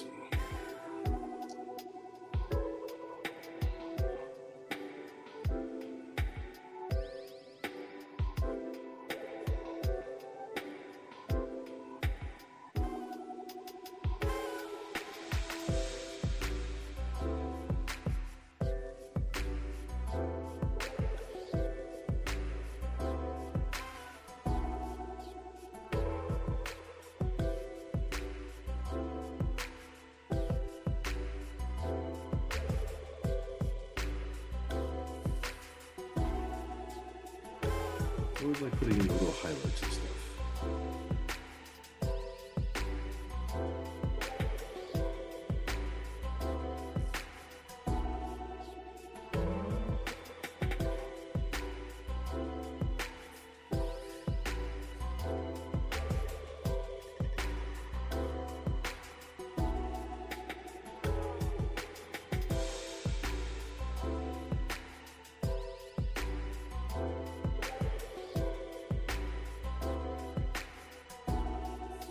I'm always happy that this ink dries really fast. I do like using like a regular brush and just dipping the brush in ink, as opposed to these type, which are preloaded. But they do take like an extra second or so to dry. These dry just a little bit faster. Makes it pretty convenient. I like it. And I'm not too worried about smearing my hand across the page.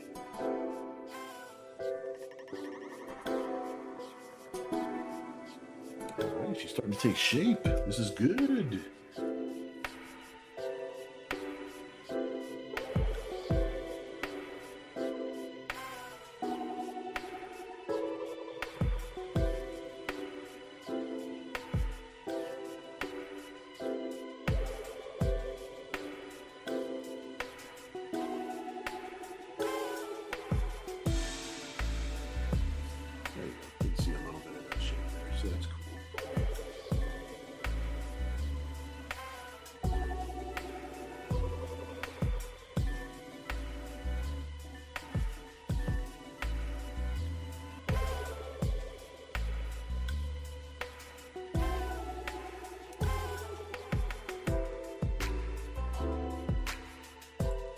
Let's see here. Kevin says, the last time I saw Bill, well, I think he peeled off around 150 to 160 itty-bitty Post-its.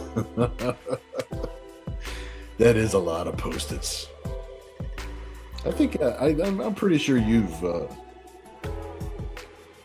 got first place when it comes to just how many Post-its we've had to peel off your art. We had a lot of artwork too.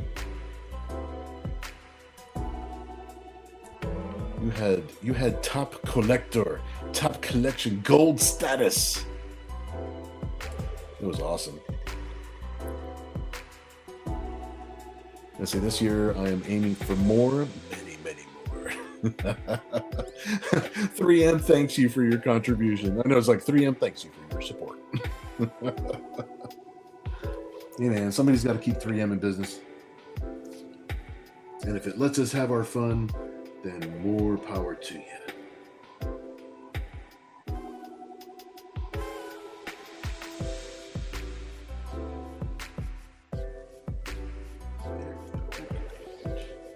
Oh, yeah.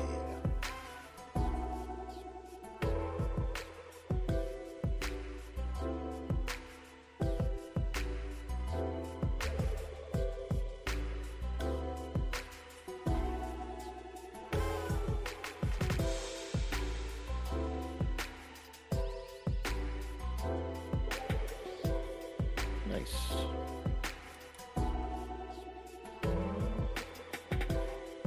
So let me grab a little bit of detail on this thing right here. It's only bothering me because it doesn't have like small detail. It only has like big chunky detail.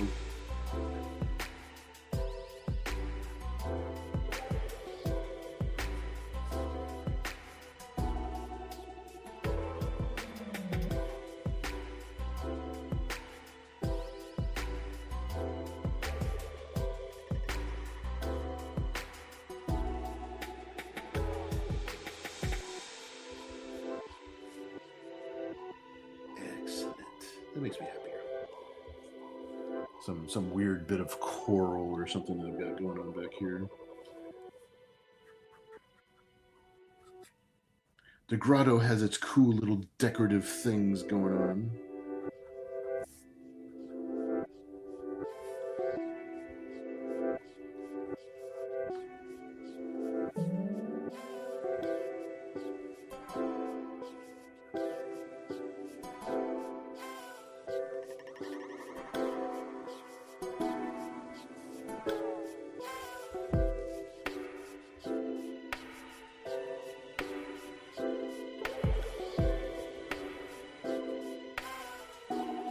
We're gonna have to find some way of printing this.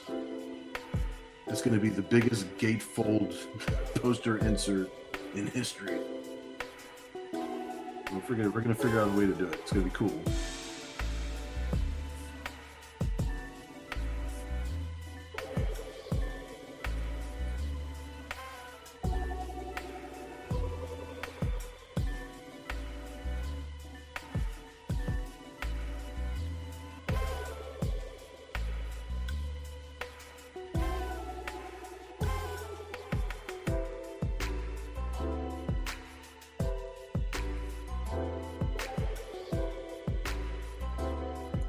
Want to get some little detail back here. Always like in a piece where, like, in the foreground or whatever, you get like this contrast between like really scraggly, organic looking detail, but then like these clean lines in the foreground. Always, I tend to like that.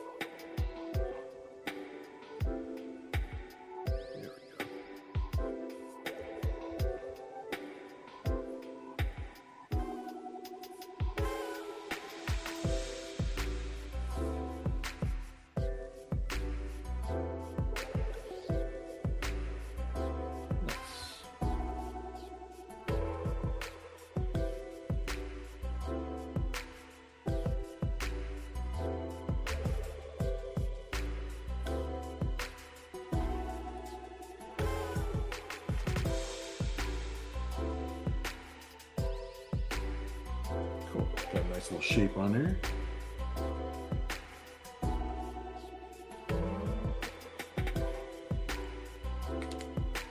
All right, let's see what we'll do next.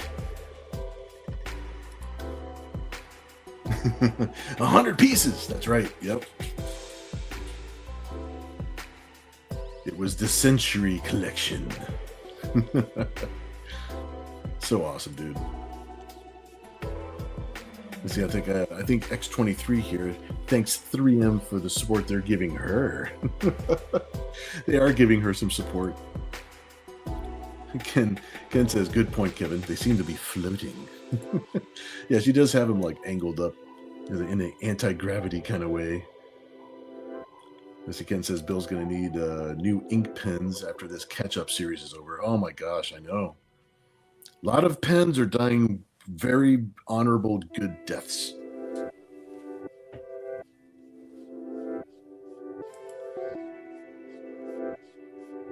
Kevin says it's her healing factor or Jean's telekinesis that is countering the effect of gravity. It's Jean, dude. It is. They're being naughty. So Ken says contribute to Bill's ink pen fund. WW Bill needs the ink. Yes, please do. Any time that you wish to contribute. It actually is a huge help. A lot of art supplies die very good and honorable deaths.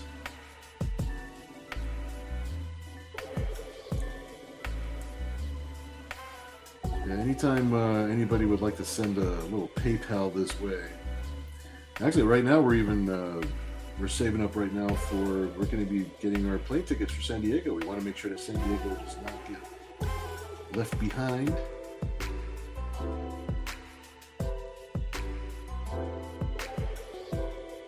I gotta get my plane tickets, gotta get my little travel stuff for the fun. Looking forward to it because we had to skip San Diego last year.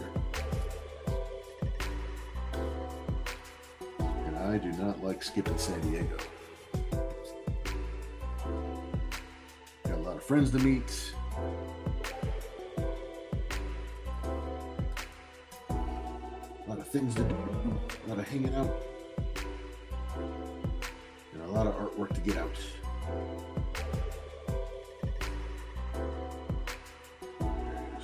Some extra strands up here that are flying around.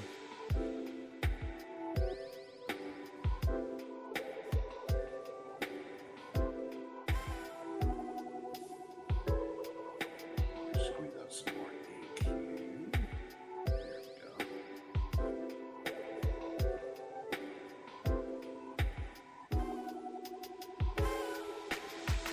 We want to make sure that we get our tickets before. There's a couple of weird things happening in the world right now. That's, first of all, the stuff that's happening that's making the price of gas go up, which making the price of tickets go up. But then, what's up with this virus thing? I don't plan on going on a cruise ship anytime soon, but it's like, make sure these patient zeros stay locked up or something. I don't need them ruining Comic-Con.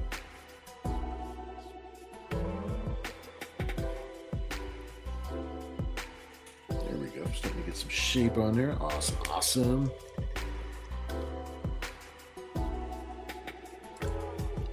Ken says, you got a pencil out of me, so there you go. Oh, you know what? I have proof. I did get a pencil out of you. This is straight from the Japan. I love my pencil. Courtney says, with the fuel prices, you should book the flights ASAP. I was thinking about that too. Like I need to get on that. We basically know the dates and everything of the show, so it's like we pretty basically know what dates we need to be over there and what date we should get to come back. So I should actually try and grab those tickets sooner than later before anything else happens. Let's see, Kevin says, I can see it now. Logan is going to smell me all over you, Laura. He's going to be so envious that you can touch what he only dreams about. Shut up, Gene. Am I using the right voice for that? And touch me down here. Ken says, booking on a Tuesday is the cheapest usually. Yeah, like Tuesdays and well, there's Tuesdays and is Thursday. Definitely want to stay away from weekends and Fridays, right? People usually have to come back on a Friday for things. I usually bounce around. It's like I bounce around on the kayak or whatever for and just keep on checking the prices on like multiple different days. I try to fly out on Monday just because the show starts on Wednesday. It gives me a day to like get stuff together. But if we have to fly out on Tuesday just because we save a few bucks, it's like it's not a deal breaker. Ken says no. I mean, actually, booking the ticket on booking the ticket on a Tuesday. I hear you. All right, I'm definitely going to be looking on Tuesdays then. Yeah, I'll get online on a Tuesday. Actually, book the tickets on a Tuesday. Yeah, thanks for the heads up on that. I was thinking about like the days that you actually schedule the flight for, but actually booking the tickets on a Tuesday. All right, that's good. That's good. You travel a lot, so you got the inside track. You know what's going on.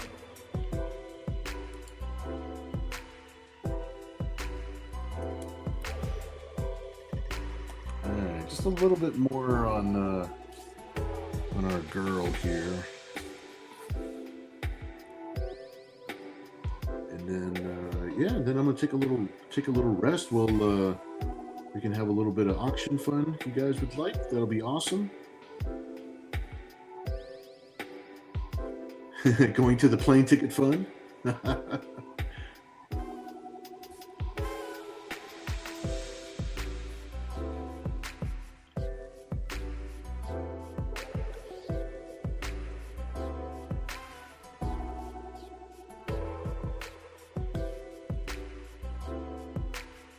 Be sure to take lots of pictures and video from the trip so that way you guys get to see the unboxing with Ken and Kevin. It's going to be so fun.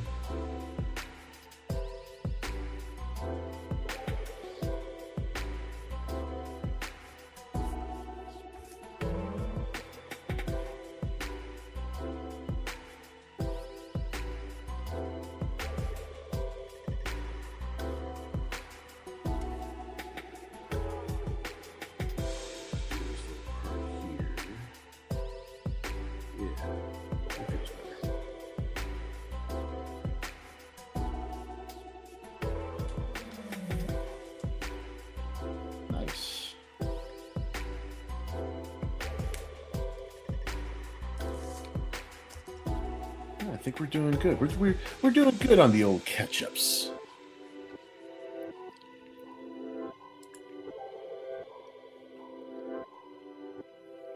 Let's see, Kevin says, the place I was going to suggest for the dinner get-together just closed. Fred's in Old Town. So I have to think of another place. Okay, that's cool.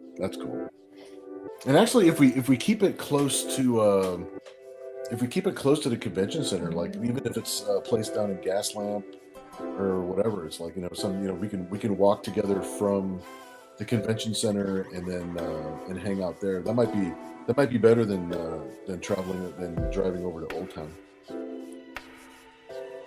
So we can walk together if you guys want, and then we'll just find a cool place. Well, I'll let you do some research though. Let's do some research.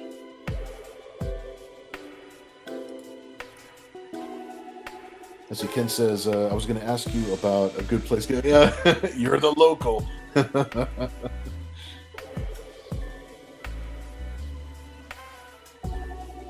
Plus, it might be more fun to just walk together from the convention center down the Gaslamp,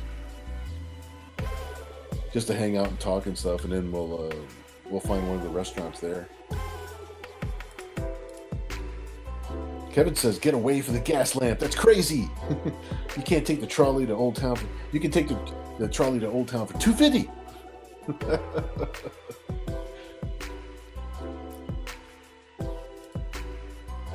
Christiane says, "Will there be a live stream from San Diego Comic Con this year?"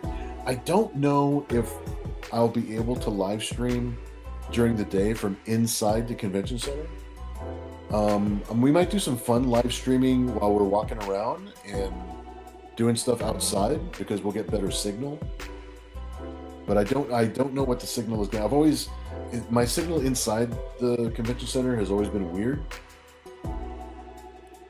It's been good enough for basic stuff, but live streaming video from inside it's been touch and go. So I'll definitely give it a shot, but it won't be something that's like a planned thing. Like, it might work and it might not. So I know that we're going to take a lot of video, and then we'll edit that and put it together so that way we can share that on the show or put it up on the channel so that way you guys can see. Ken says we're staying near Gaslamp. Yep. And I'm actually parked. I'll be parked if everything goes right. It's like my car should be parked underneath the convention center. So actually hanging out in the Gaslamp is more convenient for me, because then when we disembark and when we leave, I just go to the parking garage underneath the convention center, and then go home and go crash. So that way I get enough sleep to be functional the next day. Christopher says artwork looks fantastic. Thanks, dude. Yeah, it's almost time for the auction time. So let's see. Let me show you the bounty that we have for tonight as far as what we worked on. We've got X-23 for Kevin. We've got Chris Dehan's Nira X, a Gandalf homage, the one Nira to rule them all. And then we have got Courtney's Baroness. I can't wait to finish this one, especially because the movie's coming out. So we got to get this He-Man themed piece finished. So this is awesome. And then, of course, I showed you at the beginning of the show that we finished Courtney's Dragon piece. So happy with it. I'm glad you guys like it. That is awesome. So let me set these off to the side just to keep them safe.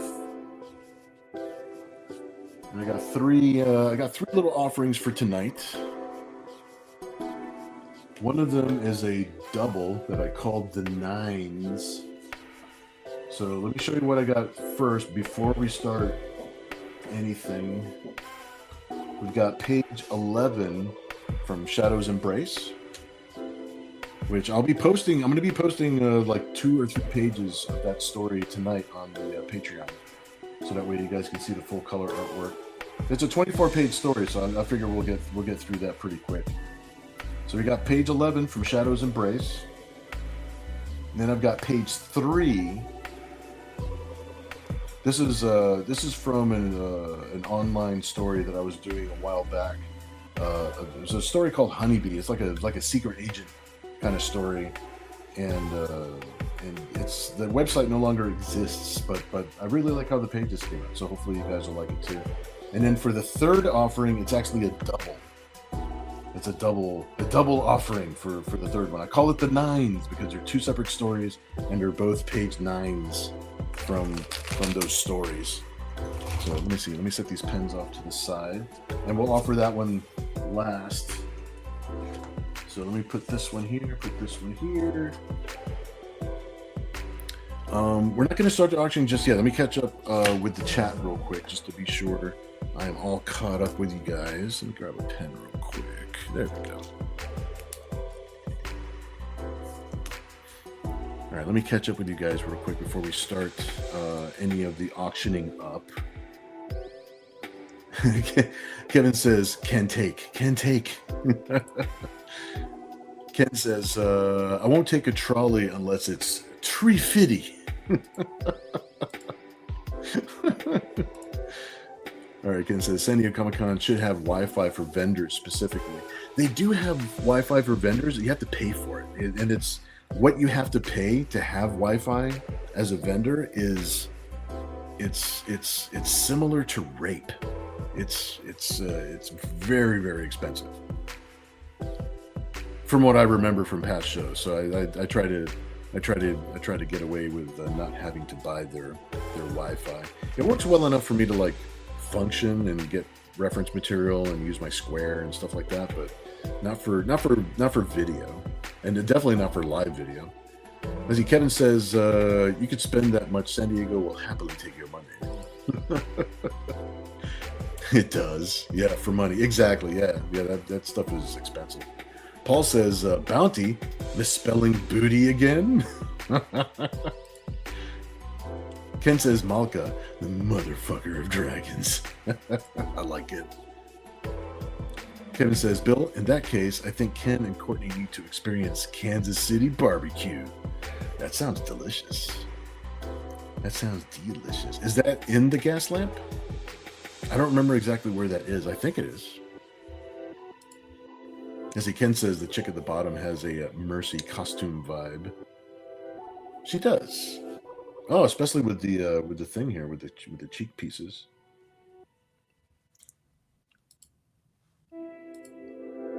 Let's see. I'm gonna put this up, and then yeah. Let me see. What time is it right now? It's 12. It's almost 12:05. I guess 12:10. Just to give it 10. Just to give it 5 minutes. So this is page 11. So we could start the auction on that. I think. Yeah, that'll be cool. See if anybody would like. Kevin says, "It is as the West End. It's where the bar scene for Top Gun was filmed." Oh, okay, yeah, I got you. Yeah, I know that little bar. Yep. Cool. Okay, that's still it's not bad. It's a walk. You could still walk it from the convention center. Cool. Yeah, that'll be fun.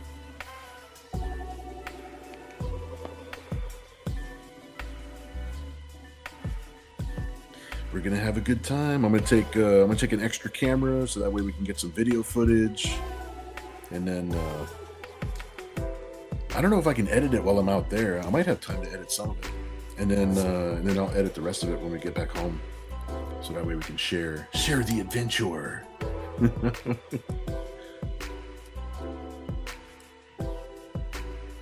Ken says, "I want my $2 bid." Thanks, Ken. You're awesome, dude. $2 for Ken. All right, we're moving this one. It'll be up until 12:10. All right, that'll give it 5 minutes, and then we'll go from there. We'll do a 10-second countdown like we normally do in the live chat. Make sure that you click live chat on the top of the chat box where it says top chat. I'm gonna click on that and make sure that it says live chat. Even though it hasn't been working 100% lately, but we will all keep an eye on it to make sure that we know who the winner is. Kevin says, "What a moment. Uno momento bid." $1 for Kevin. I'm gonna write it down, man. I respect your dollar. I respect your dollar, especially with the pun.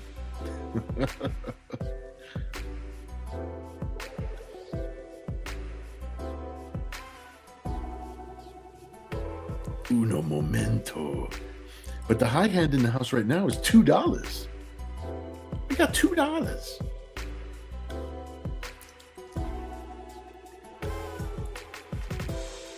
Marie says, and I have a $2 bill that can be used. As Ken says, Sai sure got confused with the bidding a little bit ago. Yeah. Sai is not used to us putting in puns with the bid. That's something that's exclusively that's something that we do. So I was like, what's going on? What are you guys doing? Kevin says 4 on the floor bid. Thanks, dude.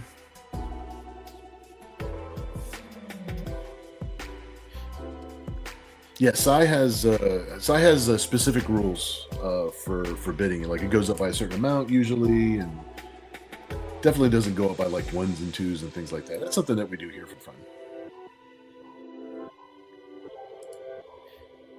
Kevin says, I was so happy to mess around with that. Chris Dehan in the house. Pie bid 3.14. Thanks, dude. I'm going to write it down because it's funny. But Kevin currently has the high hand in the house with 4. 4 on the floor. Let's see, Kevin says, our bids start off slow and silly, then get serious. It keeps it from being dull. Yeah, it keeps it fun. Dude, we're here to have fun, man. we got specific traditions here, which is cool. Ken says, in the pipe, 5 by 5. Oh, aliens, nice, dude. 5 by 5. I want to put on some goggles now and flight helmet. Kevin says, don't forget the 151-9525. No! I like the 5 by 5 though. 5 by 5. Going in.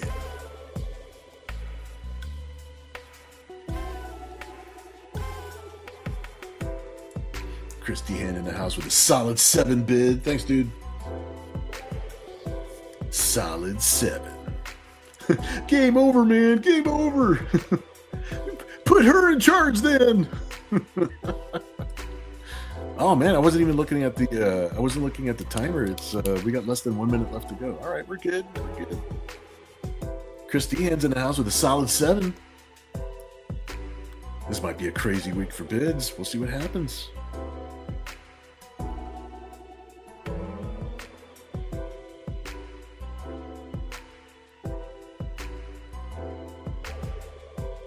I got the pop-out chat open so that way I can jump over there and I'll do the countdown in the pop-out chat with everybody.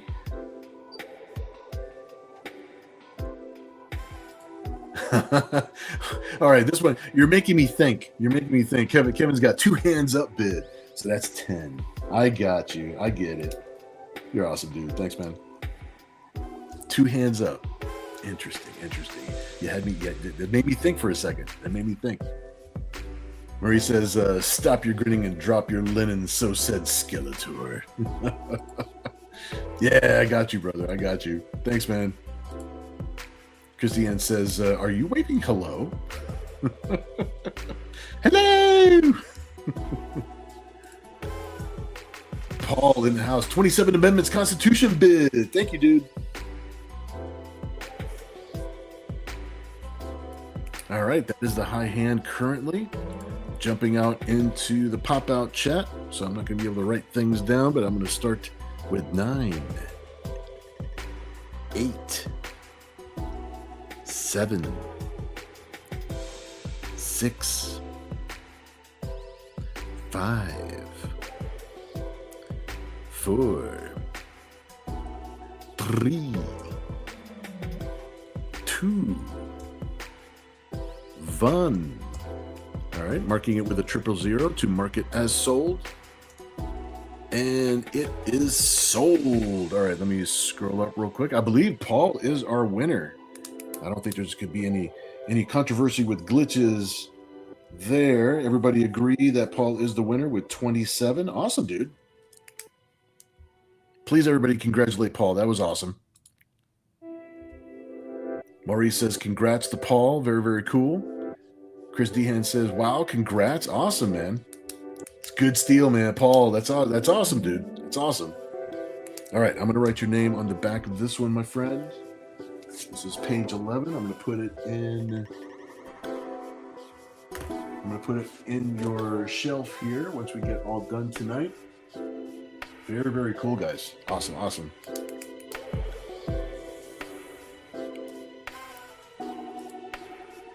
Ken says, wow, great price. Awesome, dude. Yeah, you made out good, Paul. That's awesome. All right, the next one going up for bid. Kevin says, no stealing here. There'll be a $20 surcharge.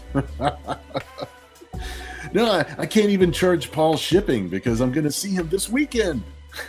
That's awesome. Night Phoenix says, congrats to Paul. Excellent, excellent.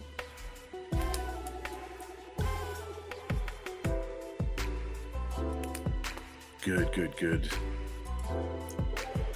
Ken says Paul just made Bill lug more crap to the con.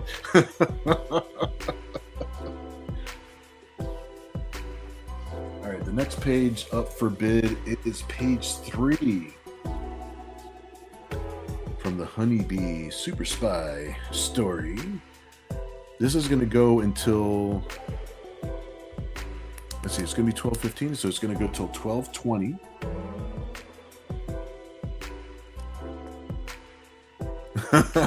In that case, the handling fee is $30. Yeah, all this artwork is heavy, man. Nah, good going, Paul. Good going, man. You guys are awesome. All right, this one is going to go until 12:20. We'll see if anybody would like to bid on page 3 of the Lost Pages of Honeybee Super Spy.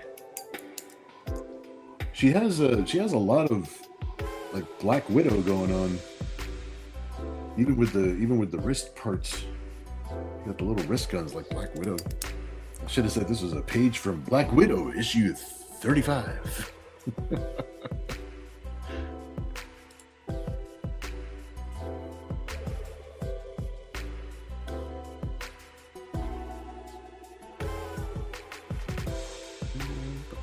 There you go. Get a better look at the whole piece there. Excellent. Kevin says, issue 69, you mean? Right? That would make more sense.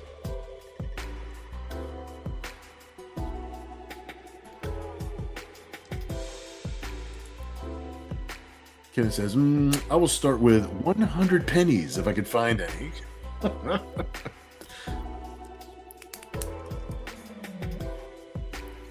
You didn't write bid next to your 100 pennies.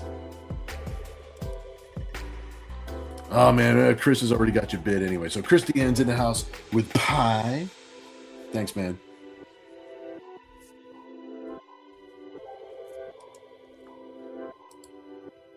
Ken says, starring Scarlett Johansson. I think he meant to say Hanson, but Johansson is good. Thank you. Thank you for typing bid. Excellent. Your $1 now counts. Kevin's like, you mean hands-on, right? All right, Christy Hand's in the house right now with the pie bid.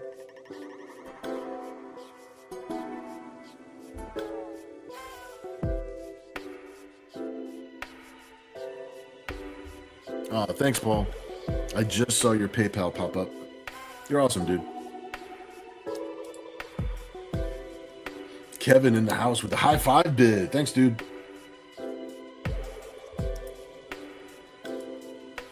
Ken's like, that's literally what I wrote.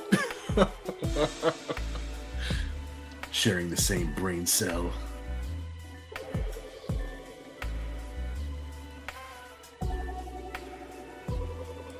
All right, Christy Hand in the house with the lucky 7 bid. Thanks, dude. Hey, Ken Behan in the house. Glad you're hanging out with us tonight. Awesome, awesome. $10 bid. Currently the high hand.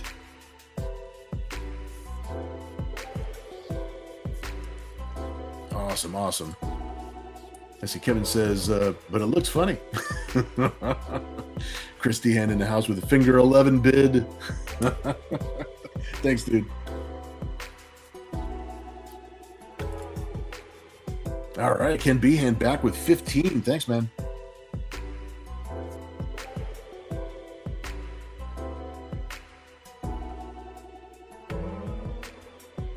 Excellent. Still have less than 3 minutes left to go on this one.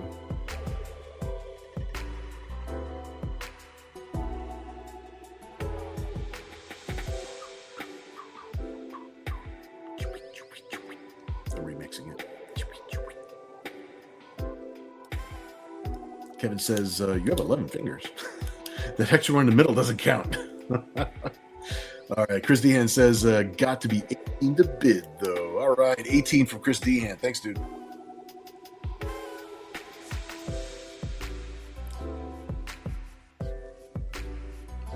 Adding in the puns gives it like that that extra bit of entertainment value.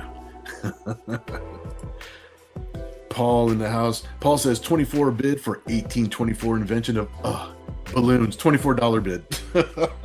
Thanks, dude. And thank you for honoring Chet with your All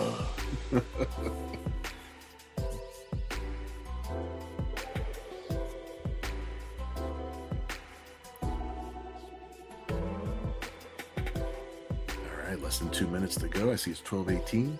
Going to 12:20. 5 by 5.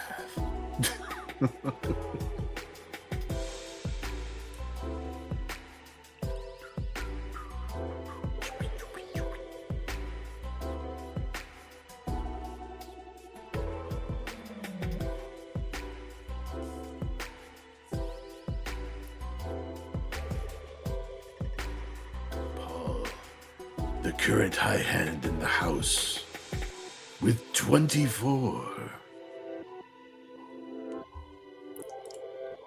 Chris Dehan, 28 pages later bid. I love it. 28 from Chris Dehan. 28 days later. Paul says, if the world ever gets flooded, comic book girls will float just fine and survive us all. I know. That's why we designed them like that. I want them to survive. And they would. Ken says, balloons. Well, now I know what I'm gonna bid if I ever get to 99. Oh my gosh, that would be perfect, right? Some 99 Luft balloons.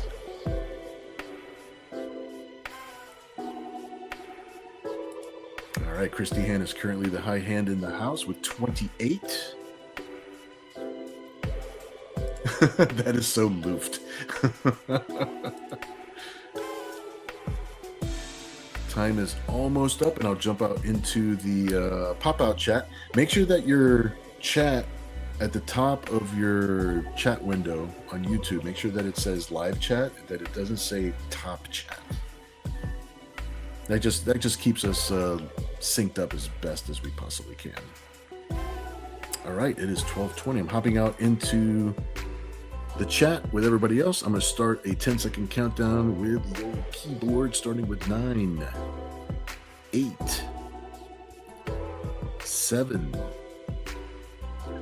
As Paul says, I will switch to 1.5 speed now. All right, continuing the countdown with 6. Got an interruption. Kevin says 31 days of May bid. Thank you, Kevin. Continuing the countdown with 5, 4, 3, 2, 1. Marking it sold with a 000, and it is sold. Let me scroll up here. I believe it's Chris Dehan with the 34 double D bid. Is that correct? I'm going to write that down. I believe it's correct. I don't see anything else around it. 34. Awesome, dude. Please, everybody, congratulate Chris. That was awesome. Very, very cool. Kevin says, congrats. Awesome, awesome. Paul says, congrats to Chris. Excellent. Ken says, congrats to Chris. Very, very cool, dude. Very cool. Chris says, thanks. You're awesome, dude. Thank you, man. Paul says, no controversy today. Yeah, no, today's going great. Today's going great. No glitches. Just writing your name on the back of that. Make sure we keep everything organized. We have one more little thing to auction off for tonight. I know Christiane says, not yet. No hiccups yet. All right, I'm going to set this aside for you guys. Make sure we keep that safe. Our last offering for tonight is the 9s. These are both page 9 from 2 different stories from the Honeybee Super Spy stories that I was working on quite some time ago. So I've got this page 9 from this particular story, and I've got this page 9. This is the 9s. So you get to collect 2 page 9s from 2 separate stories. I'll set that here for you guys. Let me see. Let me write down. That is page 9s.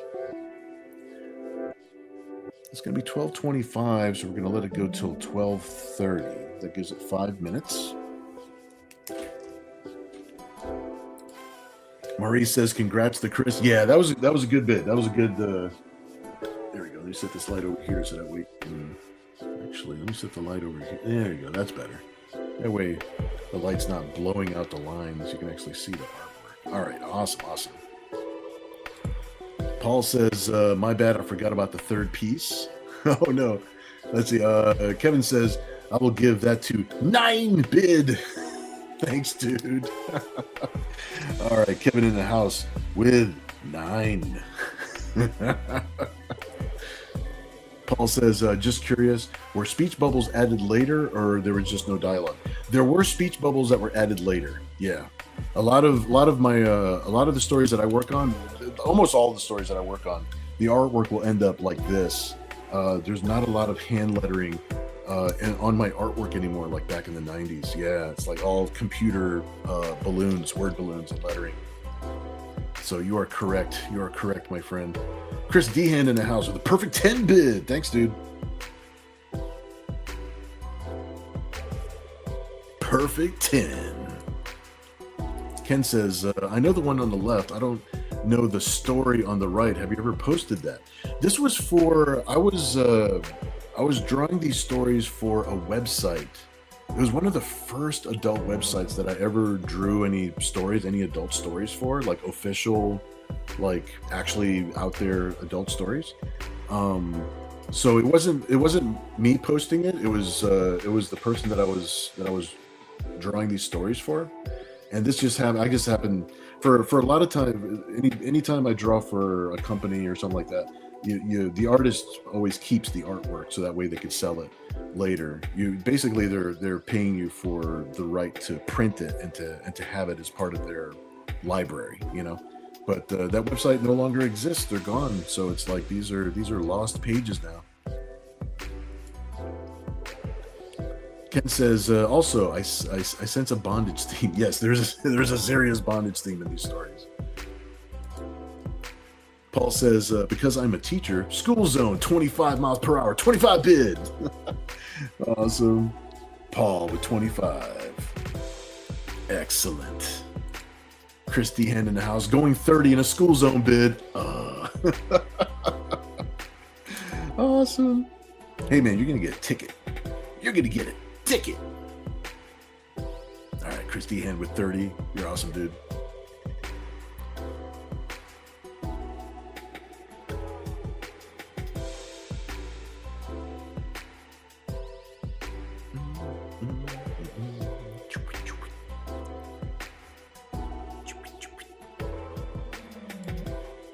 Paul says, not in my town, he would not. He's going to call you out. He's going to pull you over.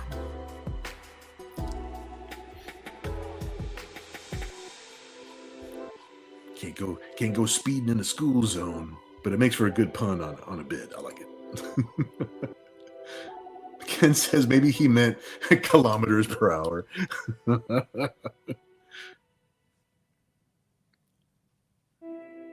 Heaven forbid we use metrics.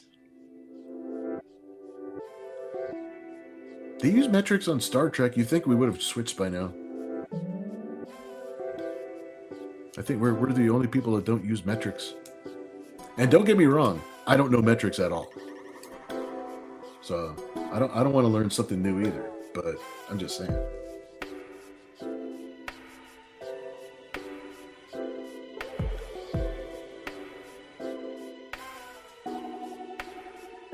All right, got less than 3 minutes left to go.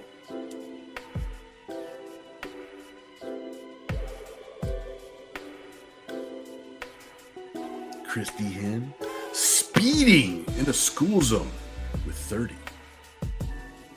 Somebody's going to have to take him out because that's illegal. Somebody's going to have to do 35 in a neighborhood Wait, that's still speeding. Damn it.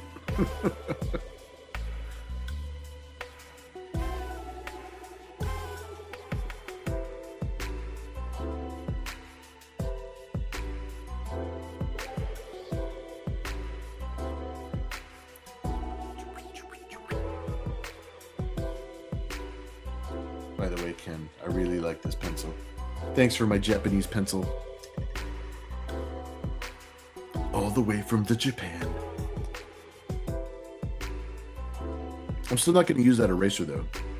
I don't want to mess up the eraser. It looks cool.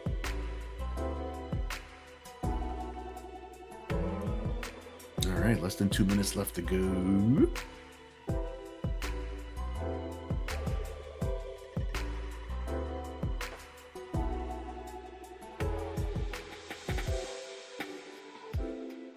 Yeah, next week we won't be streaming the normal show because we'll be at Tidewater, and then the week after that, I'll see. I'm gonna find like a whole new mix of things that you guys might like, some different like pinups and things like that. There's some archive artwork in the studio that I can find. I get a mix of things. I like mixing it up. All right, less than 1 minute left to go, and we're gonna call it an evening. It's been an evening of sketching and jokes and hanging out.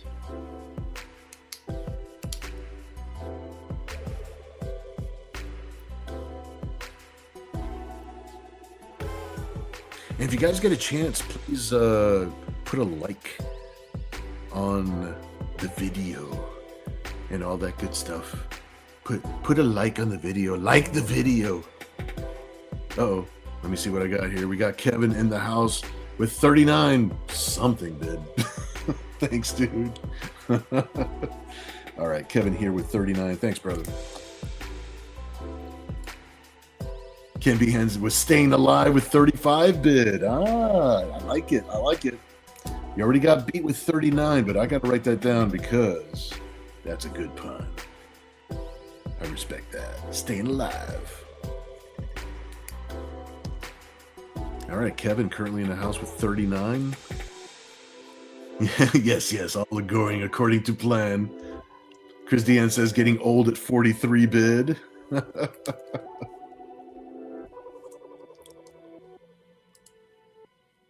Steeples my fingers.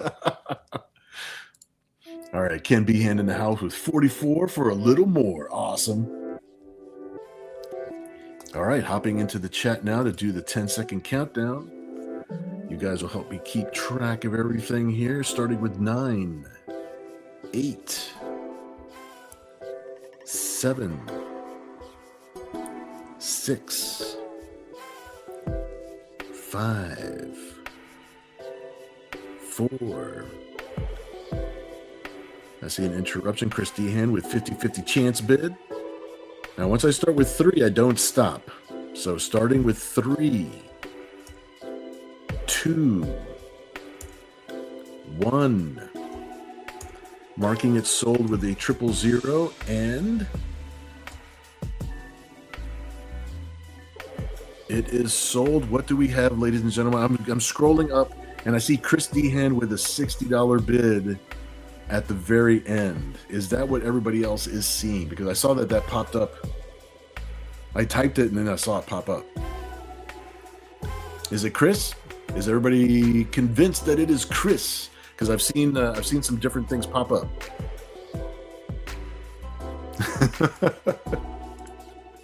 Kevin's like, well, damn. Ken is saying congrats to Chris. Very, very cool. Paul says 60 bid before the 000. That is exactly what I'm saying. All right, everybody congratulate Chris. Unless somebody sees something different, please let me know if you do. But I've got Chris Dehan with 60 right before the sold. Kevin says you sniped me very effectively. Night Phoenix says congrats to Chris. Very, very cool. Chris Dehan says thanks. Very cool. Yeah, good going, guys. Good going, guys. I saw the 55 come in right after the 1 from Ken. And then Chris Dehan, bam, with the 60 right after it. That was tight. That was really tight on the timing. Kevin says, I see a $1 bid winning bid. Wink, wink. Christopher Bouchard says, congrats. Very, very cool. Paul says, sorry, Bill, you'll have to take the higher bid, not getting out of it this week. I know, right? I'm always, you know me, guys. It's like, I would much rather keep it fair than take, if the larger bid was not the actual winner, I'm not going to take the larger. Yeah, you guys are too cool to me for me to play games like that. So yeah, as long as everybody sees the same thing, we're all good.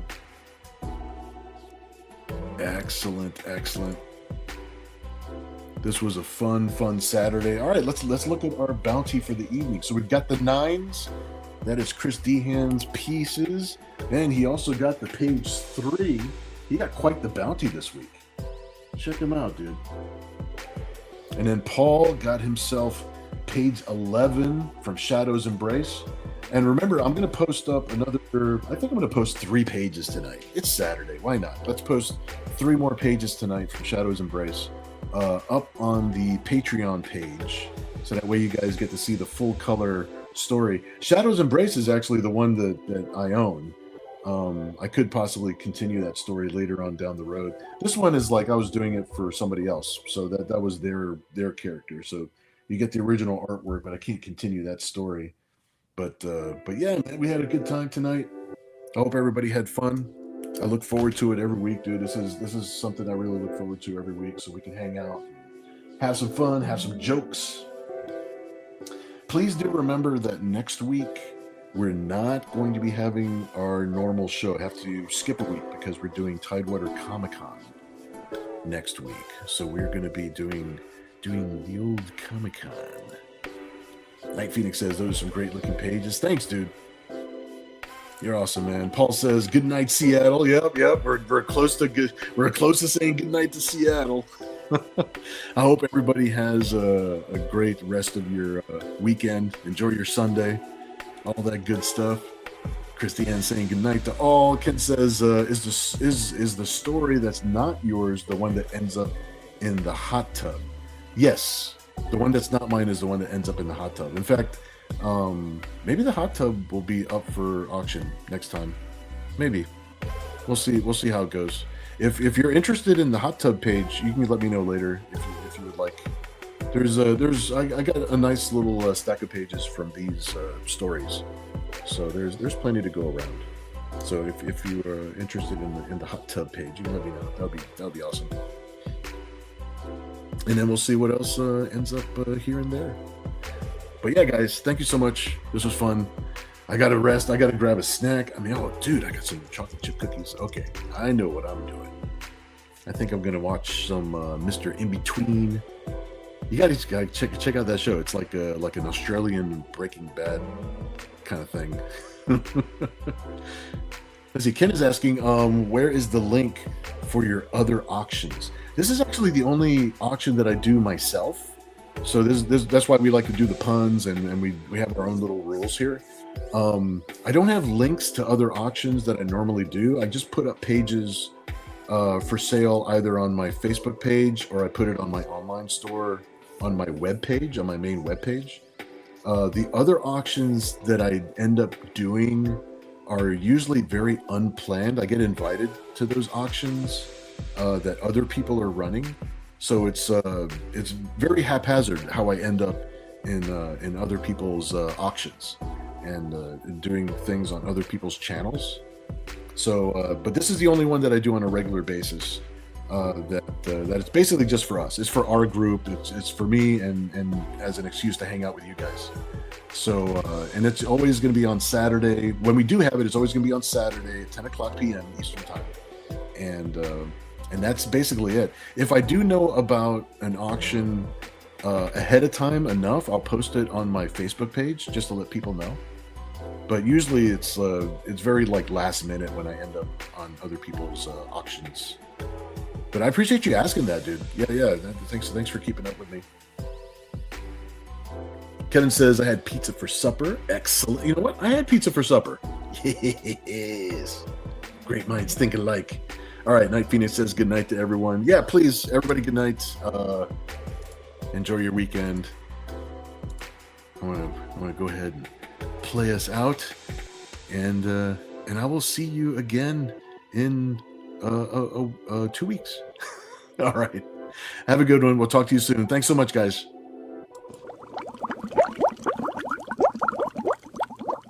Good night, Seattle.